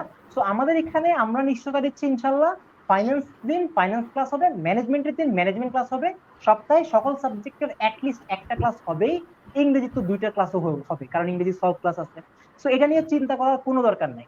এবার অনেকে কি করে, ফাইন্যান্স ক্লাসগুলোতে যে লেকচার শেষ করে না, বলে ভাই ফাইন্যান্স তো 2 বছরে আমি 2 পেপার পড়ছি, তো এখন তো এই 2 পেপার কোশ্চেন আমি চাইলেও সলভ করে শেষ করতে পারবো না 1 ঘন্টায় বা 2 ঘন্টায়। এর জন্য কি করতে হবে, আমার প্রাইভেট ব্যাচে আসো, আমার প্রাইভেট কেয়ারে আসো, উল্টা এক্সট্রা টাকা দাও। এটা আসলে ওর বিজনেস পলিসি, সোজা হিসাব। তুমি যদি চিন্তা করে দেখো মিনহাজ, তুমি যদি অ্যাকাউন্টিং 10-12 লেকচারে ফুল সিলেবাস শেষ করতে পারো ঢাকা ভার্সিটির জন্য, ওদিকে প্রিপেয়ার করতে পারো, ফাইন্যান্স কেন 7-8টা লেকচারে করা যাবে না? অবশ্যই সম্ভব। আমরা সেই সম্ভব গত বছরে করে দেখিয়েছি। ইনশাল্লাহ পরের বছর যেটা হবে ওদের জন্য আমরা সেই সেম কাজটা করবো। এবং লুমিনাসের স্টুডেন্টদের জন্য আমরা বলে দিই বারবার যে প্রাইভেটে কেন আলাদা টাকা পয়সা খরচ করবে। তুমি যখন এখানে আমাদেরকে কনসাল্টিং আওয়ারে পাচ্ছ, সপ্তাহে একটা করে ক্লাসে পাচ্ছ, আমাদের ফুল টাইম ফেসবুকের প্ল্যাটফর্ম গুলোতে পাচ্ছ, ইউটিউবে পাচ্ছ, তাহলে কেন তুমি কষ্ট করে আলাদা এক্সট্রা কোচিং এ পে করার পরেও অমুক তমুকের প্রাইভেট কেয়ারে পড়বে? এটা যাওয়ারই দরকার নাই, টাইম নষ্ট করার দরকার নাই, বরং ওই টাইমে বাসায় পড়ো। তুমি দেখো যাচাই করে ওই শিক্ষক ক্লাসে ফুল পড়ানো দিচ্ছে কিনা, ফাঁকি দিচ্ছে কিনা, যদি না দেয় তাহলেই হবে, আর কিছু দরকার নেই। That's it. আচ্ছা, আরেকটা খুবই কমন কোশ্চেন ছিল, এইচএসসি ও এডমিশন টেস্ট 2 জায়গায় যদি আমি ভালো করতে চাই, তাহলে আমার এখন কি করা উচিত? এই অবস্থায়, এই প্যান্ডেমিক সিচুয়েশন আমি আসলে কি করব? রাইট। হ্যাঁ, তো তুমি ওদের কমেন্ট গুলো দেখো, আমি উত্তরটা দিচ্ছি যে এখন থেকে আমি কি করতে পারি। সিম্পলি প্রথম কাজ হচ্ছে তোমার ভাই, 1 নাম্বার কাজ, গুরুত্বপূর্ণ কাজ, ভাই ঘরে থাকো। তোমার কাজ হচ্ছে সেফ থাকো, নিজের ফ্যামিলিকে সেফ রাখো। যেই হারে করোনা ভাইরাস ছড়িয়ে যাচ্ছে, তোমার পুরো বিশ্বব্যাপী যেভাবে ছড়াচ্ছে, বাংলাদেশে আজকেও রেকর্ড হয়েছে 2900-এর মতো মানুষ অফিসিয়ালি মানে কনফার্ম করোনা ভাইরাস পজিটিভ। তো এই অবস্থায় ভাই বাইরে যাওয়ার দরকারই নাই, ভুলেও বাইরে যাবা না। সুস্থ থাকো, নিরাপদ থাকো। তুমি যদি আল্লাহ না করুক করোনা ভাইরাসের কারণে এফেক্টেড হও, তোমার পরিবারের কারো যদি কোনো ধরনের সমস্যা হয়, তুমি কিন্তু ভাই যত বড় জায়গায় পৃথিবী যাও না কেন, যত সফলই হও না কেন, নিজেকে বুঝাইতে পারবা না। নিজের মধ্যে একটা গিলটি ফিলিংস থাকবে। নিজে সুস্থ থাকলে, তুমি বেঁচে থাকলে অনেক কিছুই করতে পারবা। যার কারণে আমরা বলছি প্যান্ডেমিক যদি একটা স্টেবল সিচুয়েশন না আসে, আমরা কোচিং খুলতে চাচ্ছি না। শিক্ষা প্রতিষ্ঠান যে কারণে খুলছে না, তাই না? আমরা অনলাইনে জুমের মাধ্যমে ওদেরকে প্ল্যাটফর্মে এগিয়ে নিতে চাই। সো এখন তুমি বর্তমানে যেটা করতে পারো, ইংরেজিতে একটু রেগুলার থাকো, বাংলা অ্যাকাউন্টিং এ রেগুলার থাকো, ফাইন্যান্সে সিম্পলি আজকে তুমি তো এই পিডিএফটা পাচ্ছ শেয়ার করার কারণে, আগে বোঝার চেষ্টা করো কোন কোন ধরনের প্রশ্ন আসে। আমি তোমাকে 12টা প্রশ্ন সলভ করে নাই আজকে, 12টার সাথে অনেকগুলো কনসেপ্ট সলভ করাইছি, অনেকগুলো শর্টকাট টেকনিক দিছি। তুমি বোঝার চেষ্টা করো কোশ্চেন অ্যানালাইসিস করে কি কি প্রশ্ন আসে, কোন কোন টপিক থেকে প্রশ্ন আসে, সেই টপিক খুঁজে বের করো, সেখান থেকে পড়ো। তাইলে যেটা হবে, তুমি একাডেমিকের অ্যাডমিশনের যেই এমসিকিউ সেগুলো সলভ করতে পারবে, কনসেপ্ট বুঝলে এইচএসসি সৃজনশীল সলভ করতে পারবে, অ্যাডমিশন টেস্টে তুমি সুপার রেজাল্ট করতে পারবে ইনশাল্লাহ। তো প্যান্ডেমিকে ঘরে থাকো, একটু বুঝে বুঝে পড়ো, পিডিএফ থেকে কোশ্চেন অ্যানালাইসিস করো, তাহলেই হয়ে যাবে। আর আমাদের প্ল্যাটফর্মে যুক্ত হলে তো আমরা আরো দেখবো, সমস্যা নেই ইনশাল্লাহ। এছাড়াও তোমাদের যে কোনো প্রশ্নে আমাকে জানাবা, আমাকে পেজে মেসেজ দিলেই পাবা যে ভাইয়া আমার ফাইন্যান্সের এই কোশ্চেনটায় বুঝতে সমস্যা হচ্ছে, ভাইয়া ব্যাখ্যা করে দেন, আমরা ব্যাখ্যা করে দিব ইনশাল্লাহ। আচ্ছা, আমাদের একটা সহজ বিষয় ছিল, সেটা হচ্ছে মিনাজ, একটা একটা কমেন্ট আসছে আমাদের, লাস্ট ম্যাথটা একজন রিপিট করতে চাইছে, সো একটু স্ক্রিন শেয়ারটা যদি তুমি কষ্ট করে দাও, আমি লাস্ট ম্যাথটা ওদের জন্য আরেকবার বুঝাবো, কারণ ওদের জন্যই তো আমাদের এই প্ল্যাটফর্ম, তাই না? সো ওরা যদি বারবার চায়, আমরা বারবার বুঝাতে রাজি আছি। এইভাবেই রাখো। আহ দেখো, এই প্রশ্নে বলছে সঞ্চয় হিসাবে সুদের হার 4%, রাইট? যদি একজন সঞ্চয়কারীর আয়ের উপরে 28% কর দিতে হয়, কর পরবর্তী আয়ের শতকরা হার কত? তুমি সবকিছু ভুলে যাও, সবকিছু ভুলে যাও, কিচ্ছু মনে রাখার দরকার নেই। প্রশ্ন থেকে তুমি আগে আইডেন্টিফাই করো, সঞ্চয় হিসেবে টাকা রাখলে এটা কি তোমার জন্য আয় না ব্যয়? উত্তর হচ্ছে এটা তোমার জন্য একটা আয়। এবং আয়ের উপর আমরা জানি কি দিতে হয়, ট্যাক্স দিতে হয়, তাই না? তাহলে আয়ের হার যদি 4% হয়, এই 4%-এর উপরেই আমাকে 28% ট্যাক্স দিতে হবে। তাহলে 4%-এর উপরে 28% ট্যাক্স যদি বাদ দিয়ে দেই, বাকি 72%ই হচ্ছে আমার কর পরবর্তী। সিম্পল কমন সেন্স, তাই না? তাহলে 4%-এর 72% করা কঠিন, কিন্তু আমরা তো 4%-এর 4 টাকার 72% করতে পারবো, তাই না? 4%-এ 4 টাকা ভাবলেই হয়। তাহলে আমরা ভাবলাম 4 টাকা আমার সঞ্চয় হিসেবে সুদের আয়, এবং এই আয় থেকে আমাকে 28% কর দিতে হবে, 72% হচ্ছে আমাকে কর পরবর্তী আয় থাকবে আমার নিজের কাছে। তাহলে আমরা যদি 4-এর 72% বের করার চেষ্টা করি, আমরা পাবো হচ্ছে 2.88%। ক্যালকুলেটর ছাড়া আমরা আইকিউ দিয়ে বের করতে পারবো কিভাবে? দেখো, 4 টাকার উপরে 28% কর দিলে আমার টাকাটা এমনিতেই আরো কমে যাবে। সো 4-এর কম আনসার হবে, 4-এর বেশি আনসার হওয়ার চান্স নাই। এ আর বি তো আমি দেখেই ফালাই দিলাম, রাইট? এ আর বি হাতে রাখবো না ফালাই দিব? উত্তর হচ্ছে এ আর বি কে আমি জীবনও হাতে রাখবো না, ফেলে দিব। সি নাম্বার 1.12, ডি নাম্বার 2.88, 4-এর চাইতে ছোট, তাই না? যেহেতু 4-এর চাইতে ছোট, 4-এর 72% চিন্তা করো তো, 4-এর 72% চিন্তা করা কঠিন। 50% কত? 2 টাকা। আর 75% কত? 3 টাকা। তাহলে 72% 3-এর চাইতে একটু ছোট হবে। তাহলে কত আছে 3-এর চাইতে ছোট? 2.88। মিনাস, তুমি যদি লেফট অ্যারো দিয়ে আগের সাইডটা নিয়ে আসো, এই সাইডে খুব সহজেই ম্যাথটা সলভ করে দেয়া আছে। সো তোমরা যখন শেয়ারটা করছো, পিডিএফটা তোমাদেরকে পৌঁছে দিব, এটা তুমি আরেকবার পড়ো, খুব সহজেই ম্যাথটা তুমি সলভ করতে পারবে। আশা করি ম্যাথ নিয়ে কোশ্চেনের মানে সমাপ্তি আমরা এখানে টানতে পারি। আমরা আবারও ফ্রিকোয়েন্টলি আস্ক কোশ্চেনে চলে যাব ফুল স্ক্রিন মোডে। সো যে কোশ্চেনটা ছিল, আর যদি কোনো কোশ্চেন থাকে মিনহাজ আমরা শেষ করি। আর কোনো কোশ্চেন নাই, বাট একটা বিষয় সবসময় মাথায় থাকে, সেটা হচ্ছে অনলাইন ফ্লোর গুলাতে আমাদেরকে দেখতেছে, বাট ওদের একটা জিজ্ঞাসা থাকে যে আসলে সবগুলা কোচিং হয়তো আমাদের মতো সামনে আসে নাই এখনো, তো অফলাইনে কি আমরা কোনো যাচাই ক্লাস রাখবো কিনা, যদি রাখি তাহলে ওরা আসলে কিভাবে জানতে পারবে? সো তুমি যদি এই বিষয়ে একটু কথা বলো। আচ্ছা, আমরা খুবই আশাবাদী যে করোনা ভাইরাস আমরা ইনশাল্লাহ এই প্যান্ডেমিক থেকে এগিয়ে যেতে পারবো, এই প্যান্ডেমিকটা সলভ করতে পারবো ইনশাল্লাহ সবাই মিলে। সলভ করার পরে আস্তে আস্তে যখন স্কুল কলেজ বিশ্ববিদ্যালয় এগুলো ওপেন হবে, তখন আমরা আমাদের কোচিং সেন্টার গুলো খুলবো। সো অ্যাডমিশন টাইমে কোচিং সেন্টার যখন ওপেন হবে, আমরা প্রতিদিন সপ্তাহ ব্যাপী ফ্রি ক্লাস, যাচাই ক্লাসের ব্যবস্থা রাখবো। অর্থাৎ কেউ যদি আসে, এসে যাচাই ক্লাস করে ক্লাস বুঝলে তাহলেই কিন্তু সে ভর্তি হতে পারবে। আরেকটা জিনিস মিনাজ, বিভিন্ন জায়গায় আমরা দেখতে পেয়েছি মানুষজন কি করে, যারা যারা বেস্ট টিচার থাকে ওদের, যে 4জন পরিচালক 1জন বা 2জন ক্লাস নেয়, ওই 2জনকে দিয়ে ফ্রি ক্লাসগুলো নেয়, এবং পরবর্তীতে স্টুডেন্ট ভর্তি করানোর পরে 1-2জন ছাড়া বাকি যে সাবজেক্টগুলো আছে তারা কিন্তু এক্সপিরিয়েন্স টিচার দিতে পারে না। কিন্তু আমরা আমাদের যেখান থেকে বদ্ধপরিকর, আমরা প্রত্যেকটা টিচার ট্রেন আপ করে নেই নিজেরা, প্লাস নিজেরা সার্বক্ষণিক নজরদারিতে রাখার চেষ্টা করি। এবং যারা আমাদের ভর্তিকৃত স্টুডেন্ট ওরা চাইলে কিন্তু তাদেরও রিভিউ নিতে পারে যে ভাইয়ারা আন্তরিক কিনা। তো আমরা এখান থেকে সর্বোচ্চ আন্তরিক আমাদের জায়গা থেকে আমরা চেষ্টা করছি। আশা করি তোমরা তোমাদের জায়গা থেকে চেষ্টা করবে, ভাইয়াদের সাথে থাকবে যে কোনো প্রয়োজনে, আমরা তো আছি। আমি সর্বশেষ আমাদের প্ল্যাটফর্ম গুলো নিয়ে আরেকবার বলতে চাই, আমাদের 3টা প্ল্যাটফর্ম আছে। 1 নাম্বার, এই যেই পেজে তোমরা দেখতে পাচ্ছ সেই পেজে প্রতি মঙ্গলবার এবং প্রতি শুক্রবার সময় করে 9টার দিকে চলে আসবে খাতা কলম নিয়ে। এরকম আমরা বিভিন্ন জিনিসগুলো অ্যানালাইসিস করে তোমাদেরকে বোঝানোর চেষ্টা করব। 2 নাম্বার, লুমিনাস এডুকেশন নামে একটা ইউটিউব পেজ আছে। ইউটিউব পেজে সার্চ দিলে, সাবস্ক্রাইব করে বেল আইকনে প্রেস করলে এই ক্লাসগুলো তোমরা সেখানে সংরক্ষিত পাবে। যে কোনো সময় তুমি বারবার দেখে তোমার প্রবলেম গুলো সলভ করতে পারবে। একটা জিনিস তুমি ধরো ক্লাসে ইন্টারনেট কানেকশনের কারণে বুঝো নাই, ওই জিনিসটা তুমি আরেকবার দেখতে পারো। 3 নাম্বার, আমাদের লুমিনাস এডুকেশন নামে একটা অফিসিয়াল ফেসবুক গ্রুপ আছে। সেই গ্রুপে মিনহাজ আমরা প্রতিদিন সাপ্তাহিক একটা করে কি করি, এমসিকিউ কুইজ দিই। 7 দিনে 7টা, 30 দিনে 30টা। তুমি চাইলে সেগুলো সলভ করতে পারো। তো এগুলোর মাধ্যমে জড়িত থাকলে আশা করি তোমরা এই লকডাউন সিচুয়েশনে কিছুটা তোমাদেরকে রিকভার করতে পারবে, সুস্থ থাকতে পারবে এবং এগিয়ে যেতে পারবে ইনশাআল্লাহ।